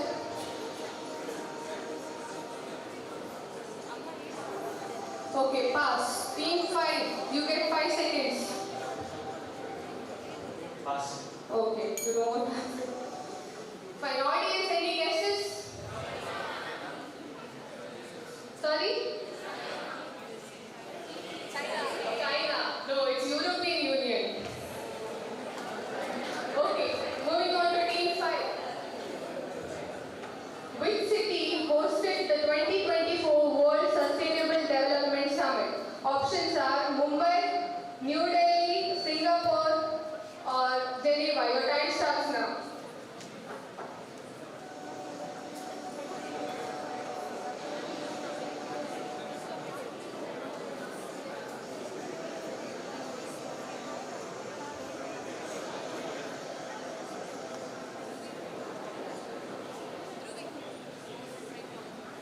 15 seconds left.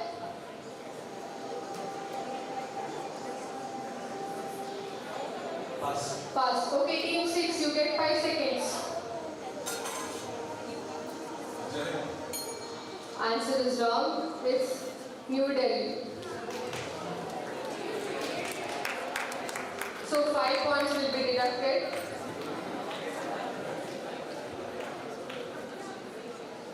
Next question for team 6. Which country was the first to have its entire national cuisine recognized as UNESCO Intangible Cultural Heritage? Options are Japan, Mexico, France and Italy. The time starts now.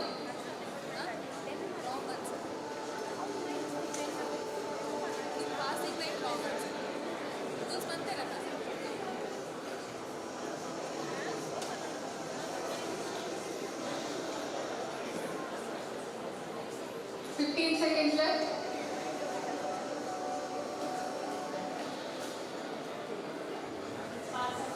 Pass.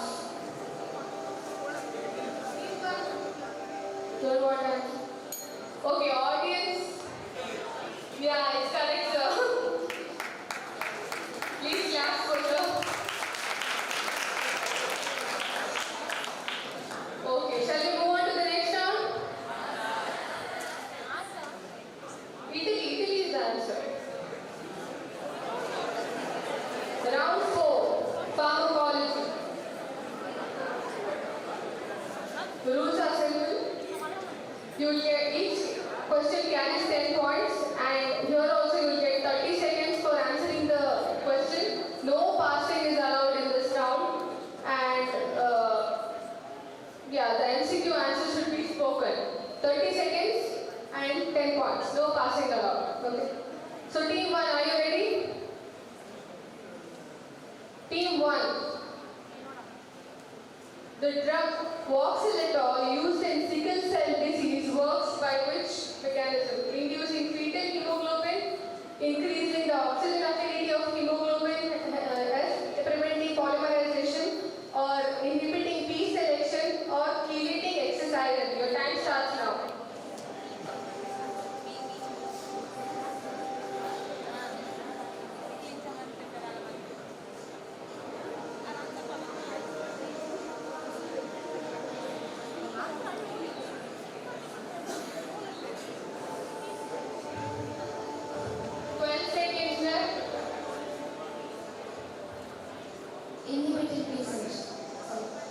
Sorry, your answer is wrong. The answer is increasing the oxygen affinity of hemoglobin as preventing polymerization. Okay. So team 2, the next question is for you.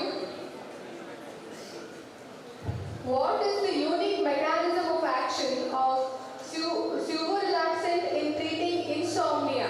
Your options are GABA A receptor positive allosteric modulation, melatonin MT1 MT2 receptor agonism, dual orexin receptor antagonism, or histamine H1 receptor antagonism. Your time starts now.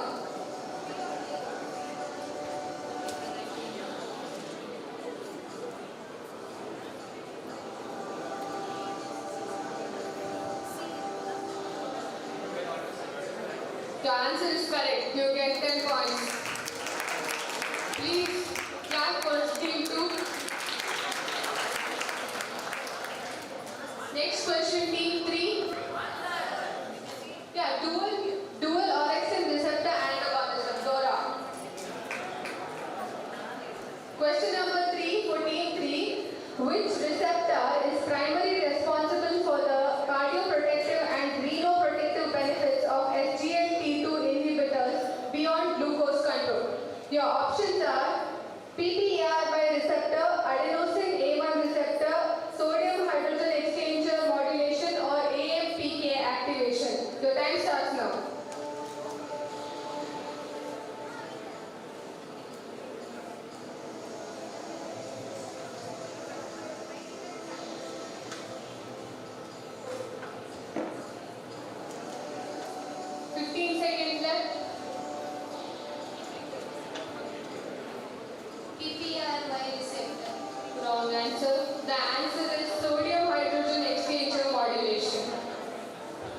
Okay, the score of team 3 is 0 for this round. Team 4. The question is for you. Which drug is associated with euglycemic diabetic ketoacidosis? Your options are metformin, SGLT2 inhibitors, sulfonylureas, or DPP-4 inhibitors. Your time starts now.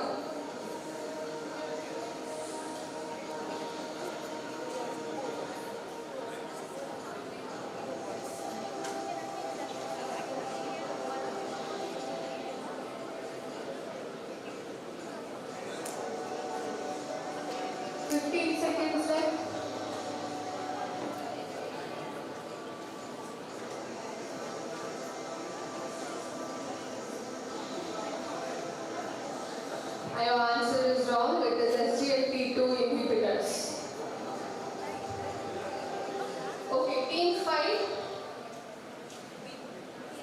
The chief reaction, that is hypertensive crisis, in patients taking non-selective MOA inhibitors is caused by the displacement of norepinephrine by which exogenous amine?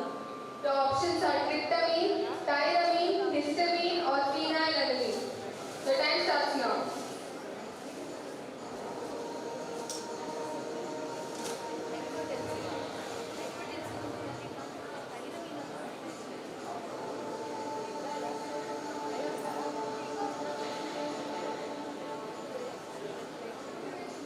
Seconds left. Phenylalanine. Your answer is wrong. It's tyramine. Okay, team number 6. A patient receives toxic doses of cyanide. The antidote hydroxycobalamin works by A. Blocking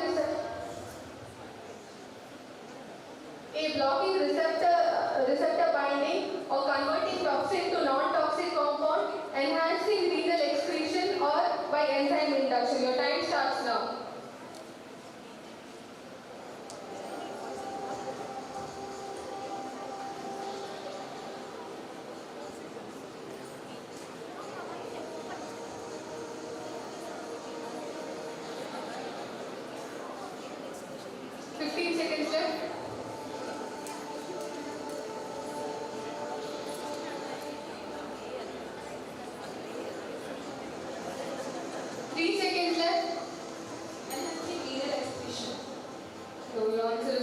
Converting toxin to non-toxic compound.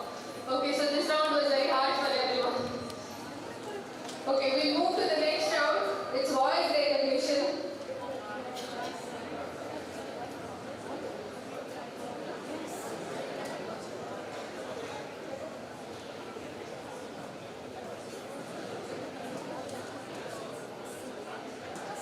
Okay, the rules of voice recognition. Each team will get one question. Each like one voice will get. Each voice will carry 20 points, and the time limit for answer is 20 seconds. It is lesser than the earlier round. And passing is allowed for this round. And pass question will carry 10 points. If wrong, 5 points will be deducted. And the time allotted for answering a question after it gets passed is 5 seconds. And the first answer will be considered as the final answer. So in this round, for the team who gets the question, there is no time, this point deduction if you tell it wrong. But past question, it's like earlier one. Is the rules clear?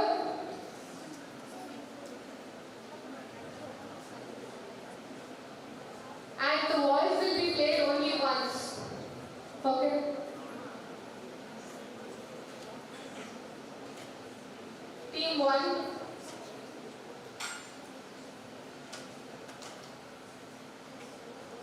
I didn't go to film school, I didn't go to acting class. My school was basically watching movies and evaluating films. And I had to think about, how did I think about movies? It was my personal experience. And now I'm on a movie set. And I went, I don't know if this is ever going to happen again. What I naturally did was, I just did what I do, which is I went to every single department. I just started studying everything. Time starts now.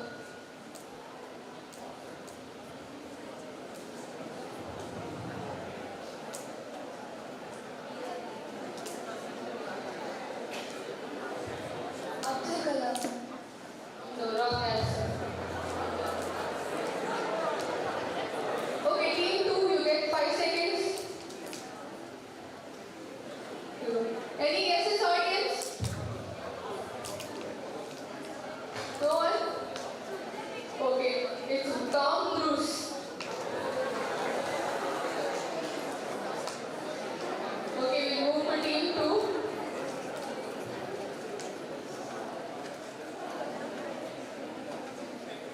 India and Indians are not just managing shipping companies, global ports and hubs, and operating ships, but also are steering and driving the global economy. Following the successful Indian and successful landing Chandrayaan 3 on the moon's south pole, we are now.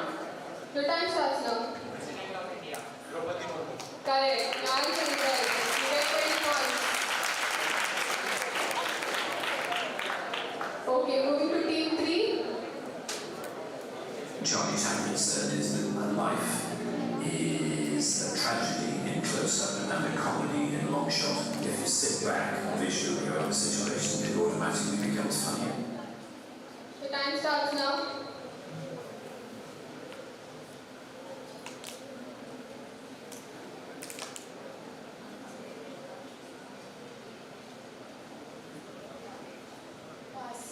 Pass. Okay, team 4, you get 5 seconds. No guesses. Audience, any guesses? I'll give you a hint. He is a very famous childhood cartoon actor.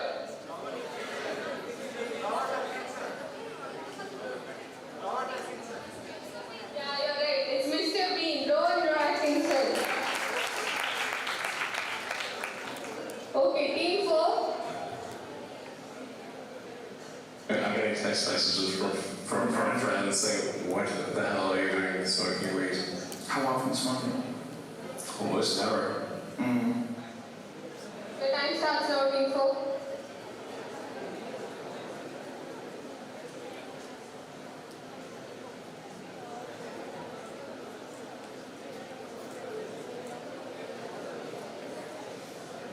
Five seconds left.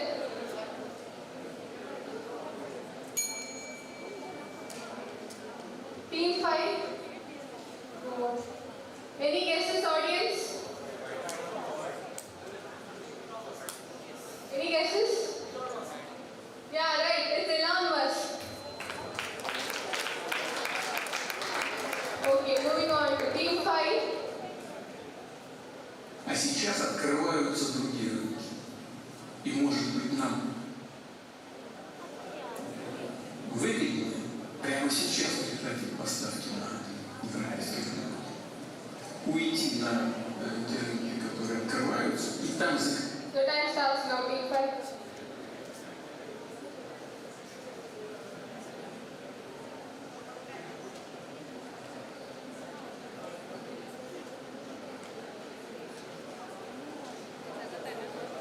Five seconds left. Joe Biden. Okay, team 6. You get 5 seconds. Audience, any guesses? You're right, it's Vladimir Putin. Okay, moving on to team 6.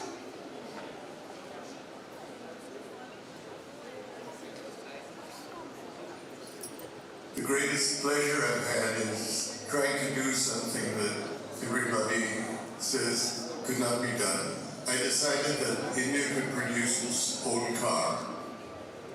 The time starts now. Yeah. Okay, team 1, you want to guess? It's Ratan Tata. Okay, moving on to the last round of our quiz competition.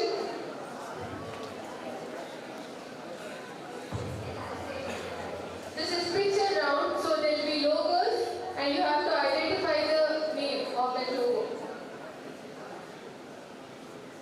So the rules are same and each question carries 20 points and the time limit for each question is 15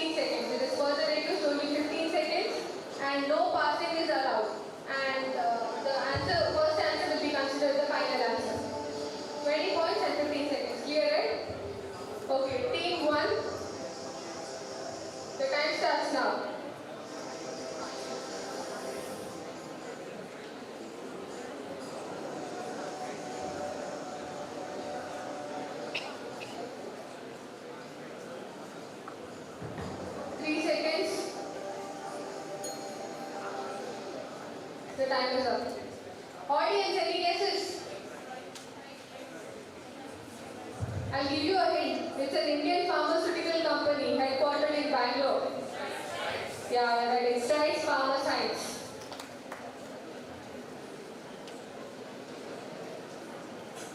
Team 2. Your time starts now.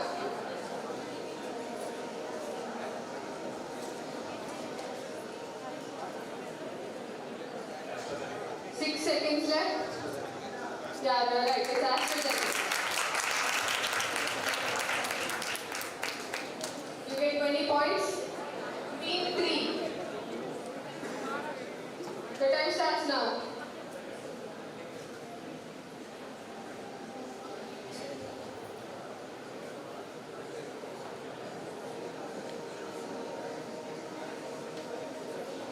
Three seconds left. Okay. Audience, any guesses? I'll give you a hint. It's a pharmaceutical division of Johnson & Johnson. Any guesses? It's Janssen Pharmaceuticals. Okay. Team 4. The time starts now.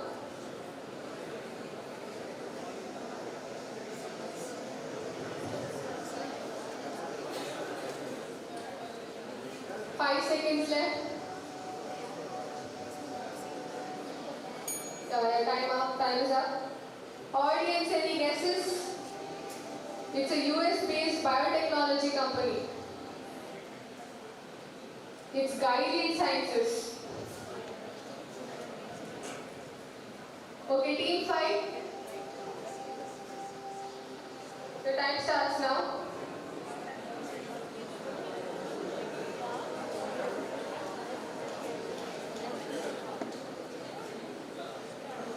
Five seconds left. 2 seconds left. Time is up. Audience, any guesses?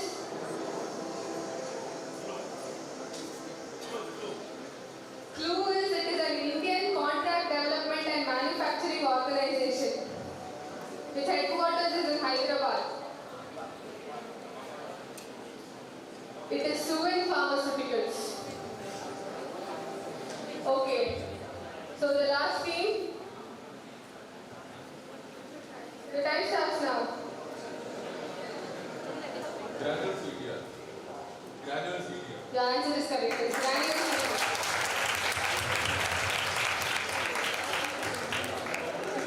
Okay, so all the rounds are done. We'll count the total.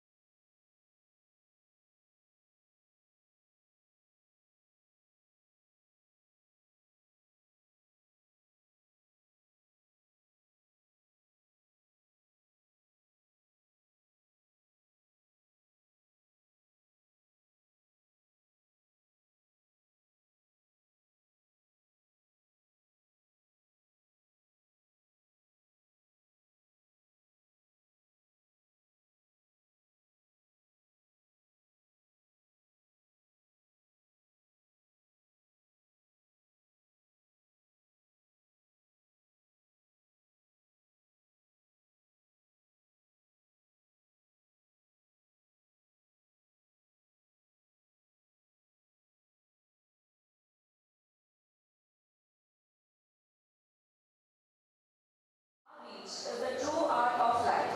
A very warm and pleasant afternoon to all the intellectuals, distinguished invited guests, respected professors and my dear friends. On behalf of Srinivas College of Pharmacy, VALACHIL, Mangaluru, in association with the Indian Pharmaceutical Association, local branch Mangaluru, it is our great privilege and pleasure to extend a cordial welcome to each one of you present here for the valedictory function of the 8th Ipctps Innovative. Today marks the successful culmination of an enriching academic gathering that brought together knowledge, innovation and collaboration in the field of clinical pharmacy and patient safety. To begin with this auspicious occasion, I request Dr. Christoper, Professor and Head, Department of Pharmaceutics, and Dr. Prasad S.A., Professor and Head, Department of Pharmaceutical Analysis and Vice President IPA Local Branch Mangalore, the coordinators of today's function, to kindly escort the dignitaries onto the dais and join them.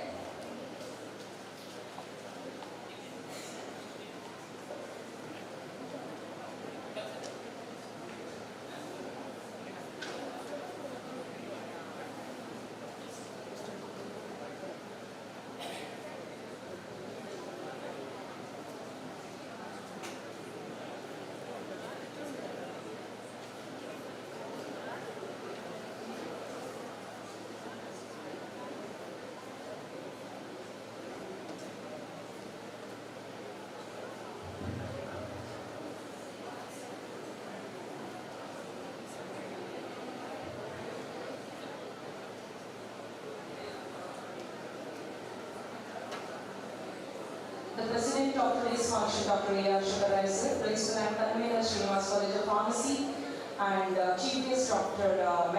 Rohrig, Guest of Honors, Dr. Christoper, Dr. Sujeta Kumari Madam, Dr. Jnanachandran Sir, and Dr. Prasad and Dr. Krishnanand, coordinator of today's program. Happiness radiates like the fragrance from a flower and draws all good towards you.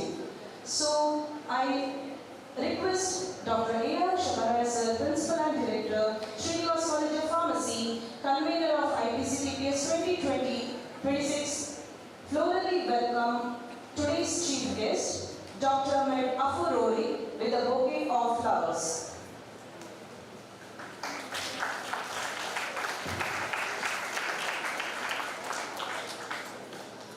Now I request Dr. Sripati, Professor and Head, Department of Industrial Pharmacy, to welcome Dr. A.R. Shabaraya Sir with a bouquet of flowers.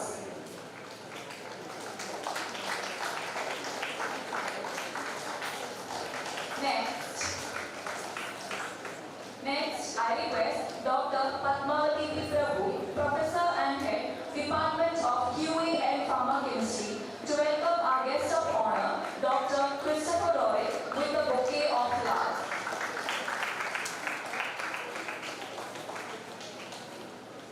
I request Dr. Karunakar Hegde, Professor and Head, Department of Pharmacology, to welcome Dr. A.K. Nanachandran, Professor and Principal, Pranav Institute of Pharmaceutical Sciences and Research, Gwalior, with a bouquet of flowers. I request Ms. Navami Alva, Assistant Professor, Department of Pharmaceutics, to welcome Dr. Sushita Kumari N, Professor and Director, Research and Development, Srinivas University, Mangalore, with a bouquet of flowers.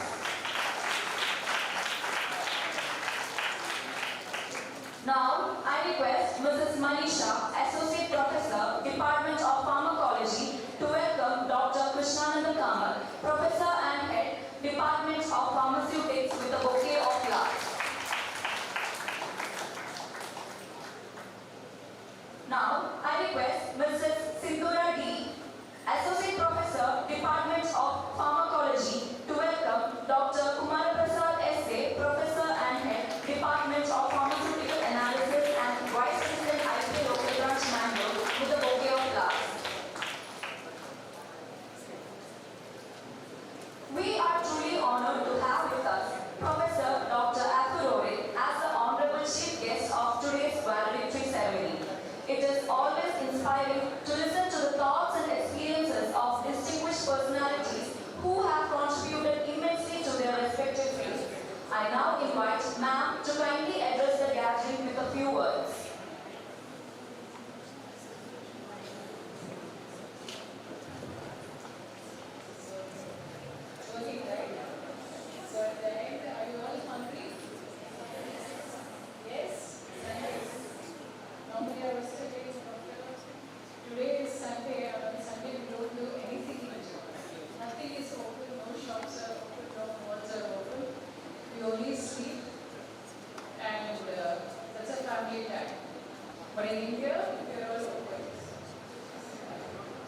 In India, Sunday is a double working day.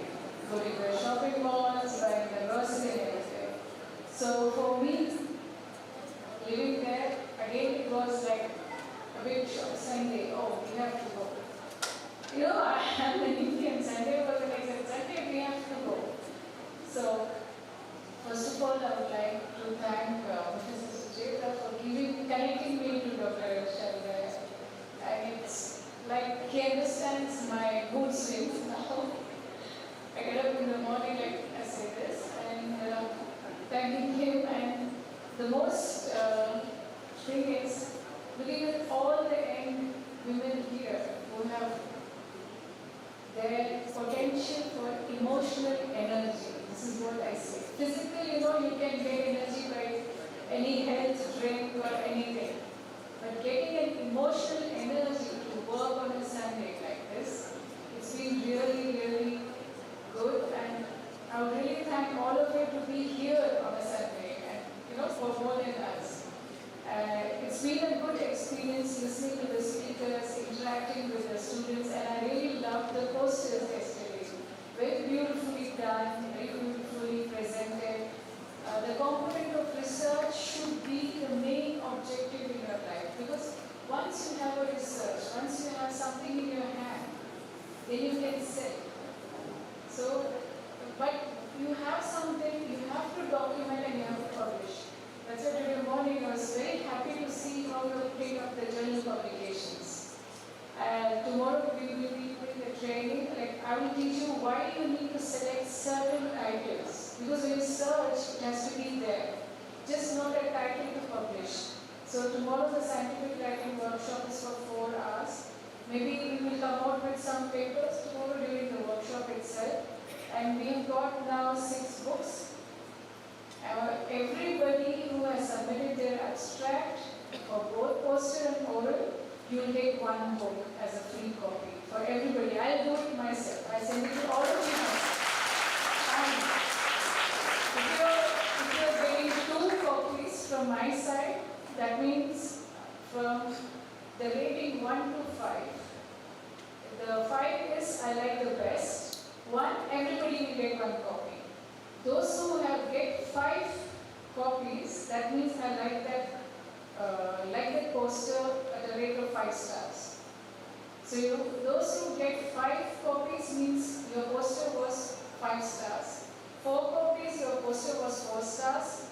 3 copies, poster was 3 stars. 2 copies, 2 stars. But 1, everybody will get.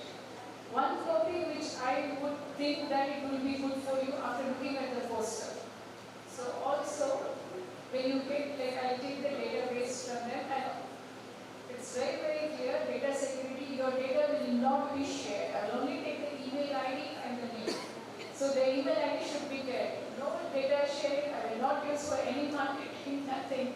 Because I don't like myself, suddenly somebody sends me a message on WhatsApp. So you will be communicated via, I have 2 student assistants who will communicate you via email. And then whoever wants to participate in the German element program what we are doing, you can get a registration link from, Dr. Mitra is here if he wants to say. And obviously, when your poster has 5 stars, I will see that if you can publish that poster or an abstract and oral in one of the European journals. So if you have 5 books, 5 stars, which means I will push it. And if you have more, I'm going to write to Elsevier and ask them to prepare like a book from this. So Elsevier is the highest publication, Springer or Elsevier. I will take the posters, I'll get it all to them, and I'll see that if Elsevier, Springer, wherever it is, I'll start to send them, wherever I'm the editorial journal or wherever I'm connected. So I'll see to that I will help you to correct it further. So then you can put it up as a publication. So we can also combine a couple of research presentations what you've done. I saw some vertical research. We can also combine that in form of a book. We can prepare your chapters, what you have done, oral presentation or poster presentation as a chapter, and we can combine it in a book. You can say that you've used some techniques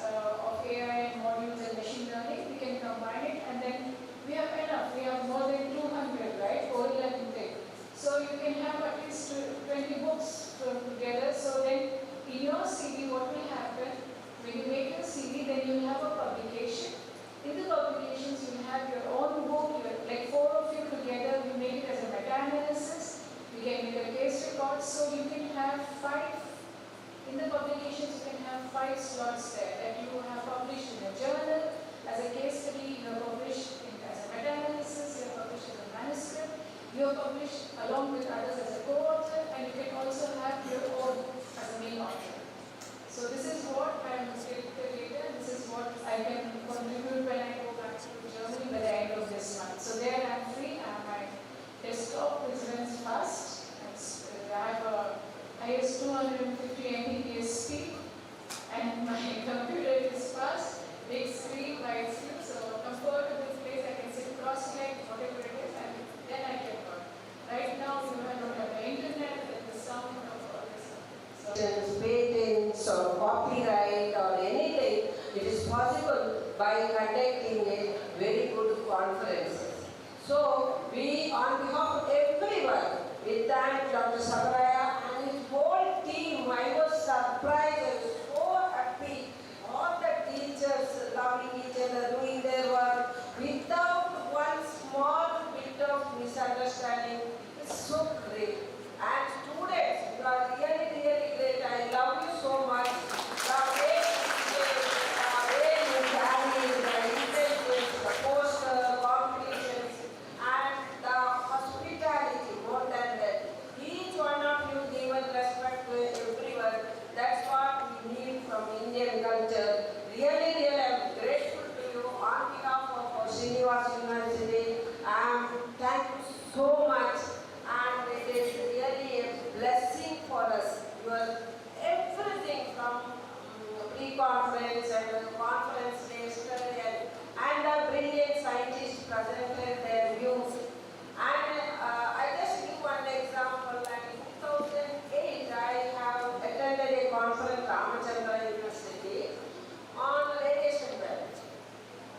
When there was 3 days conference, my 200 long book was completed. I used to enjoy attending conference. Then I came back and I wrote 16 projects for BRNS. All are sanctioned. That knowledge update they have taught me. So I have tried only projects. So the attending conference, updating your knowledge. So many things updated. Oh, this is knowledge, this is knowledge, this is knowledge. So students, your CV has to be strong. You have to build up your CV by publication, by attending conference, by intellectual property, like copyright. Everything is important. You can write 2050 and 25, we had 8 copyrights. You can't believe. And which I have patents. Last week, the patent which I applied, published and granted for Shema is the first granted my granted idea. Understood? So it's very simple. I don't think big IQ, big thing.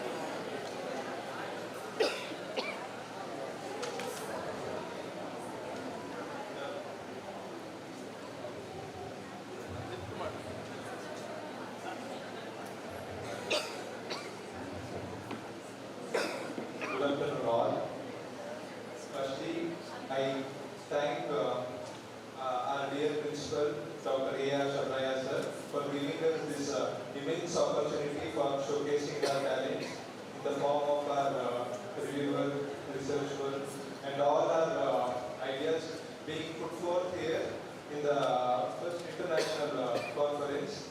And our delegates witnessed our work, and as Madam told, I was very much happy when Madam, she herself actually, without any intimation, she herself came up by telling, by giving the opportunities like 5 stars, 5 books, and publishing our work in the journalism, European journal, and all those things. To hear all those things in this platform in the very easy manner. See, we just paid our fees and we are here, and to listen to such a high level diplomatic talk, it is very much happy for me sitting from there to witness this program. Thank you, madam. And moreover, we in the form of actually we worked very much in seeing the review posters, reviewing very much other websites, and now we came to know how to compile our work and how to publish all those works in the form of review, in the form of research and all those things.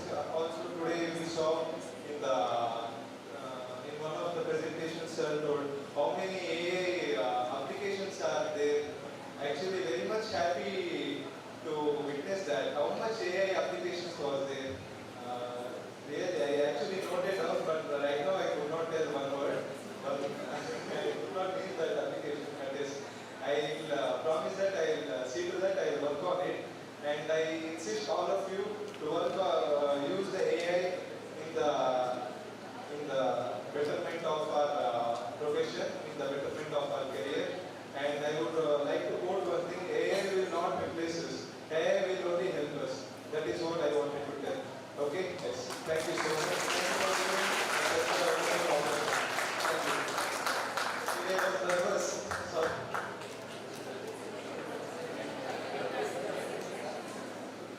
Thank you, Harshit. There are delegates from Maharashtra. I request them to come here and give their valuable feedback. There are delegates from Maharashtra. Yeah, please.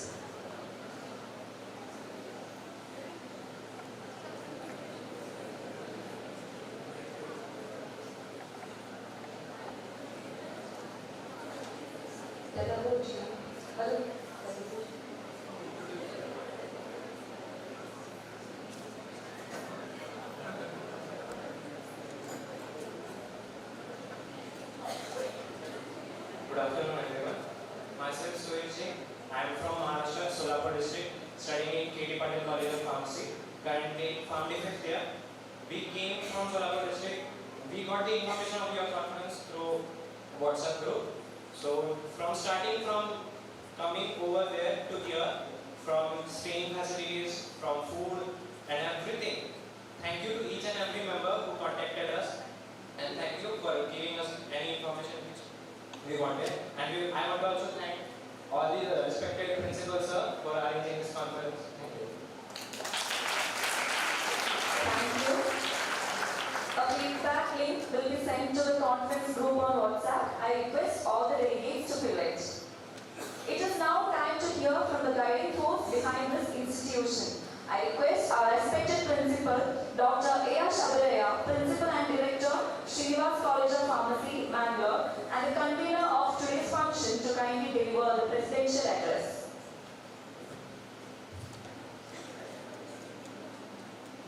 Dignitaries, managers, of the dais, and my professional friends, delegates. The future of the nation is in the hands of the youngsters. Today, we can see that in the research conclave or this conference full of youngsters with high energy on this Sunday. So I take this opportunity to congratulate all the organizing committee members to make such a event, a wonderful event, to inviting and bring their all the former friends to in this platform to go for this international conference. Congratulations to all. Because this is the dream of our founder Chancellor. 6 months back, when I had a discussion with him, he said, continuous 7 years we are conducting this IPCTPS, why cannot go for international? Yes, that day I decided this year we have to go for the international conference. I am looking for the international speakers that time itself, and we have taken that step, and we contacted with Dr. Satyanarayana, and we have contacted many other our alumni, those who are there in international level. We had a plan. The responsibility of the organizing this event always our interns. They will be, before leaving this campus, they will get trained not only in studies, in presenting the skills and organizing the events.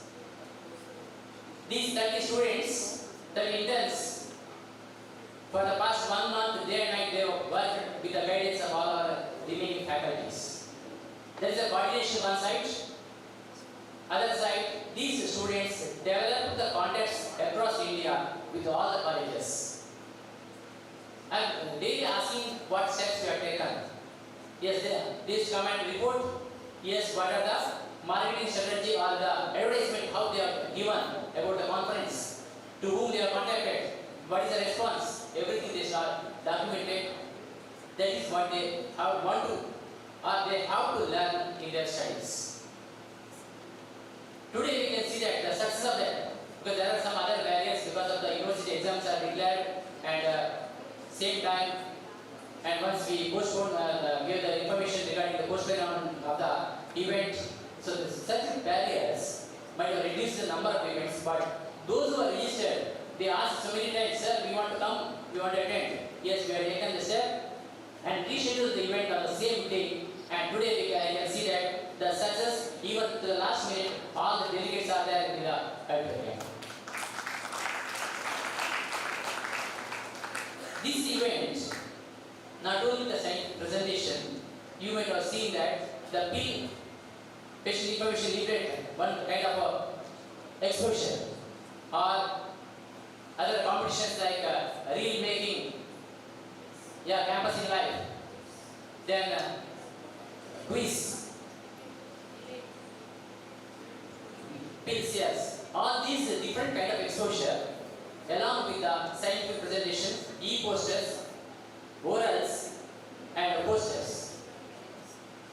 What I observed past 3 or 4 years, once these students from 2nd Form D to 5th Form D, 6th year, all are participating in that. Those who are participating, confidently they are going outside and getting prizes. Because this is not practice for them. And they are finding it very convenient to select the topic for their project.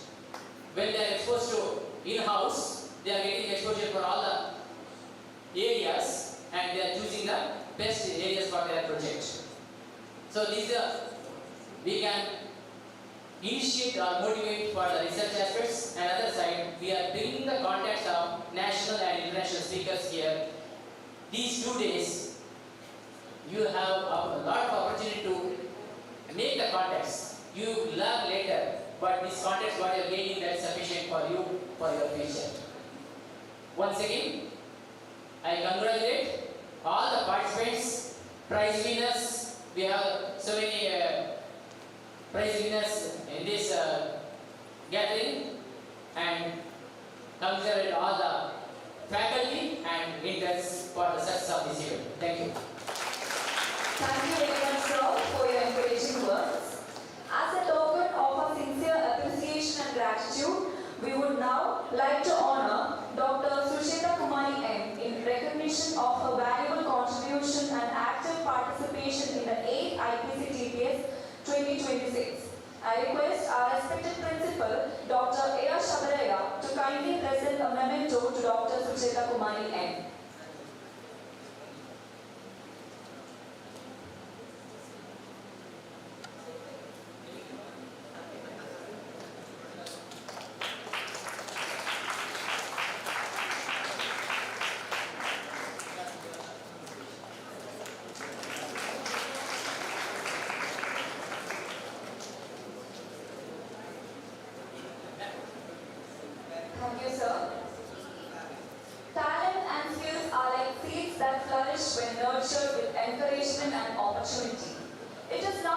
recognize and celebrate the achievements of participants who have excelled in the various competitions conducted during the conference.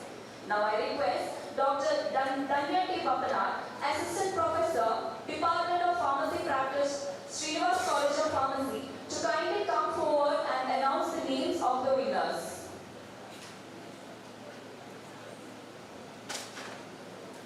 Now, we arrive at the most exciting moment everyone has been waiting for. The announcement of the winners for various competitions conducted as a part of the 8th Ipctps 2026. As I call out the names, please come forward to collect your prizes. Starting with patient information leaflet, the first prize goes to Ms. Fazila Muhammad Salim, Srinivas College of Pharmacy. I request Dr. Shabaraya, Principal and Director, Srinivas College of Pharmacy, to come forward and give away the prizes. The second prize goes to Ms. Priyanka M. Rao, Srinivas College of Pharmacy. The third prize goes to Ms. Nikita S.H., Srinivas College of Pharmacy. Third prize is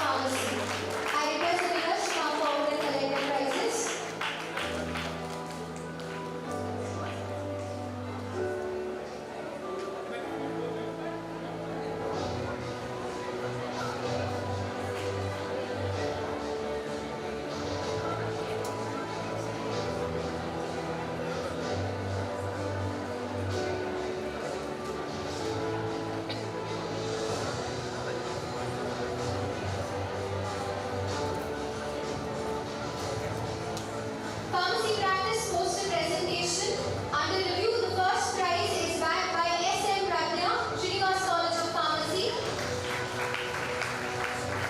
Second prize is shared by Meenakshi, Srinivas College of Pharmacy, and Akhil Madhav Bhatt, Srinivas College of Pharmacy.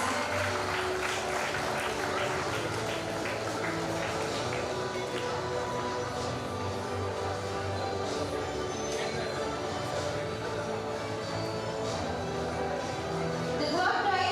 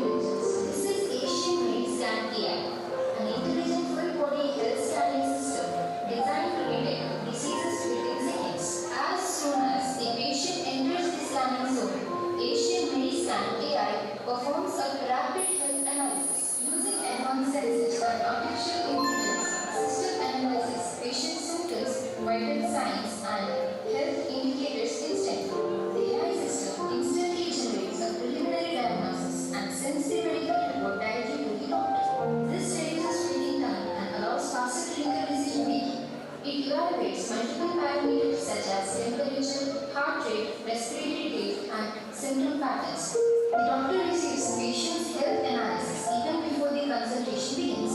With the help of AI-generated insights, doctor can focus on accurate treatment and patient care. Artificial intelligence does not replace doctors. Instead, it empowers them to deliver faster diagnosis, better treatment, and improve patient outcomes. The future of medicine is a perfect collaboration between technology and human expertise. Many patients take multiple medicines every day, but remembering every dose can be difficult. Even simple phone alarms are often ignored or forgotten. To solve this problem, we introduced a smart toolbox reminder. This smart system gives an alarm reminder and also sends a notification to a family member through mobile app. With this technology, patients can take medicines on time, reducing misuse and improving treatment outcome. Smart technology means better patient care. Even a small innovation can save lives.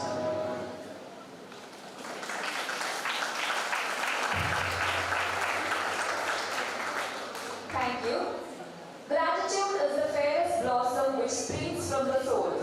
As we approach the conclusion of this valedictory ceremony, I invite Dr. Vijayalakshmi, Professor and Head Department of Pharmacy Practice, Srinivas College of Pharmacy, to kindly propose the vote of thanks.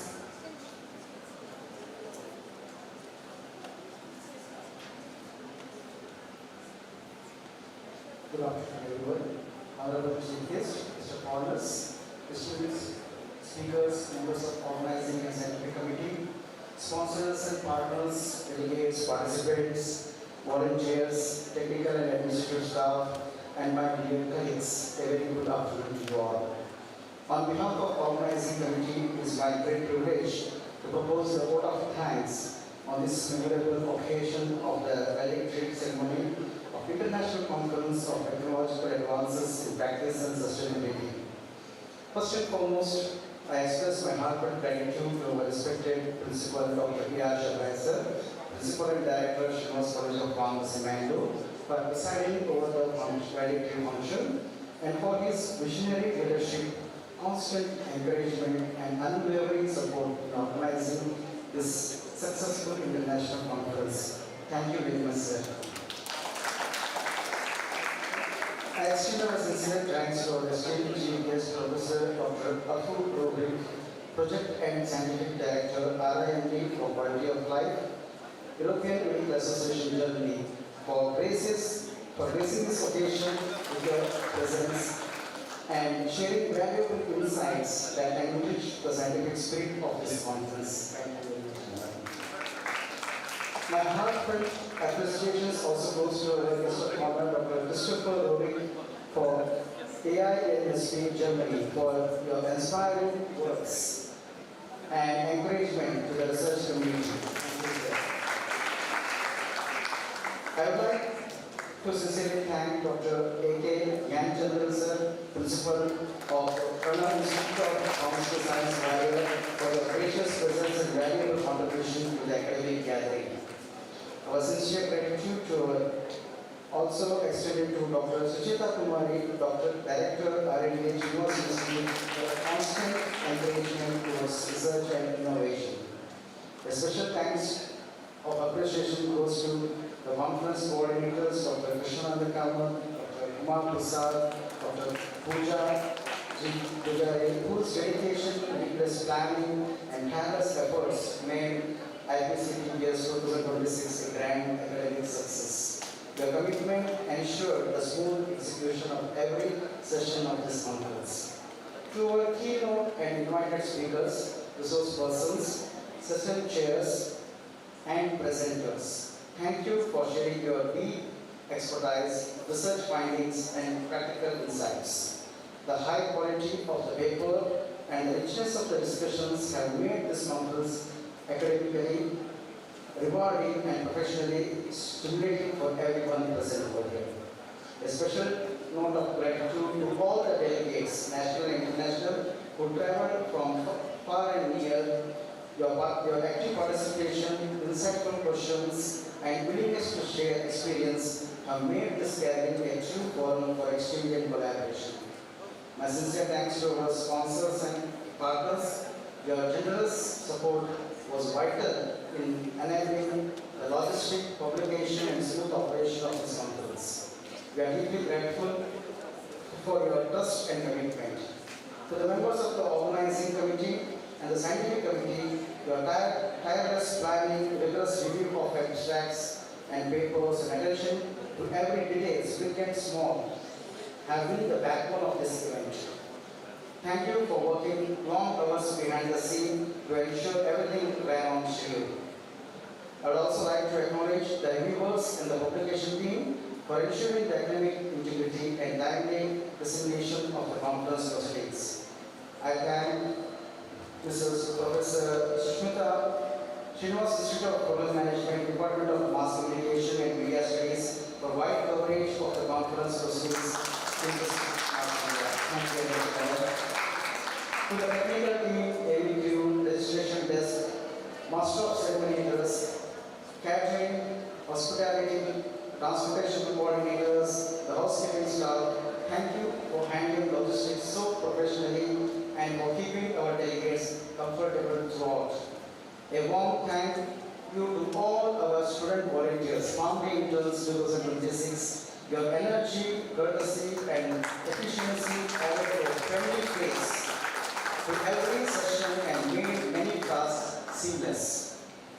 Finally, to every person who contributed in any way, whether visible, on stage, or quietly working behind the scenes, please accept our sincere thanks. The success of this conference is a result of your collective effort. As we bring this conference to the close, I encourage all of us to carry forward the connections, ideas, and collaborations we have formed here. Let the conversations continue beyond these sessions and translate into meaningful research, partnership, and practical outcomes. Thank you once again for your presence, participation, and support. Wishing everyone a safe journey home and continued success in your endeavors. Thank you, Honourable.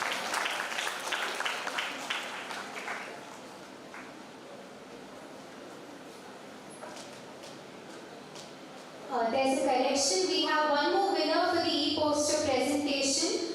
Under the HS from National College of Pharmacy. Please give a huge round of applause.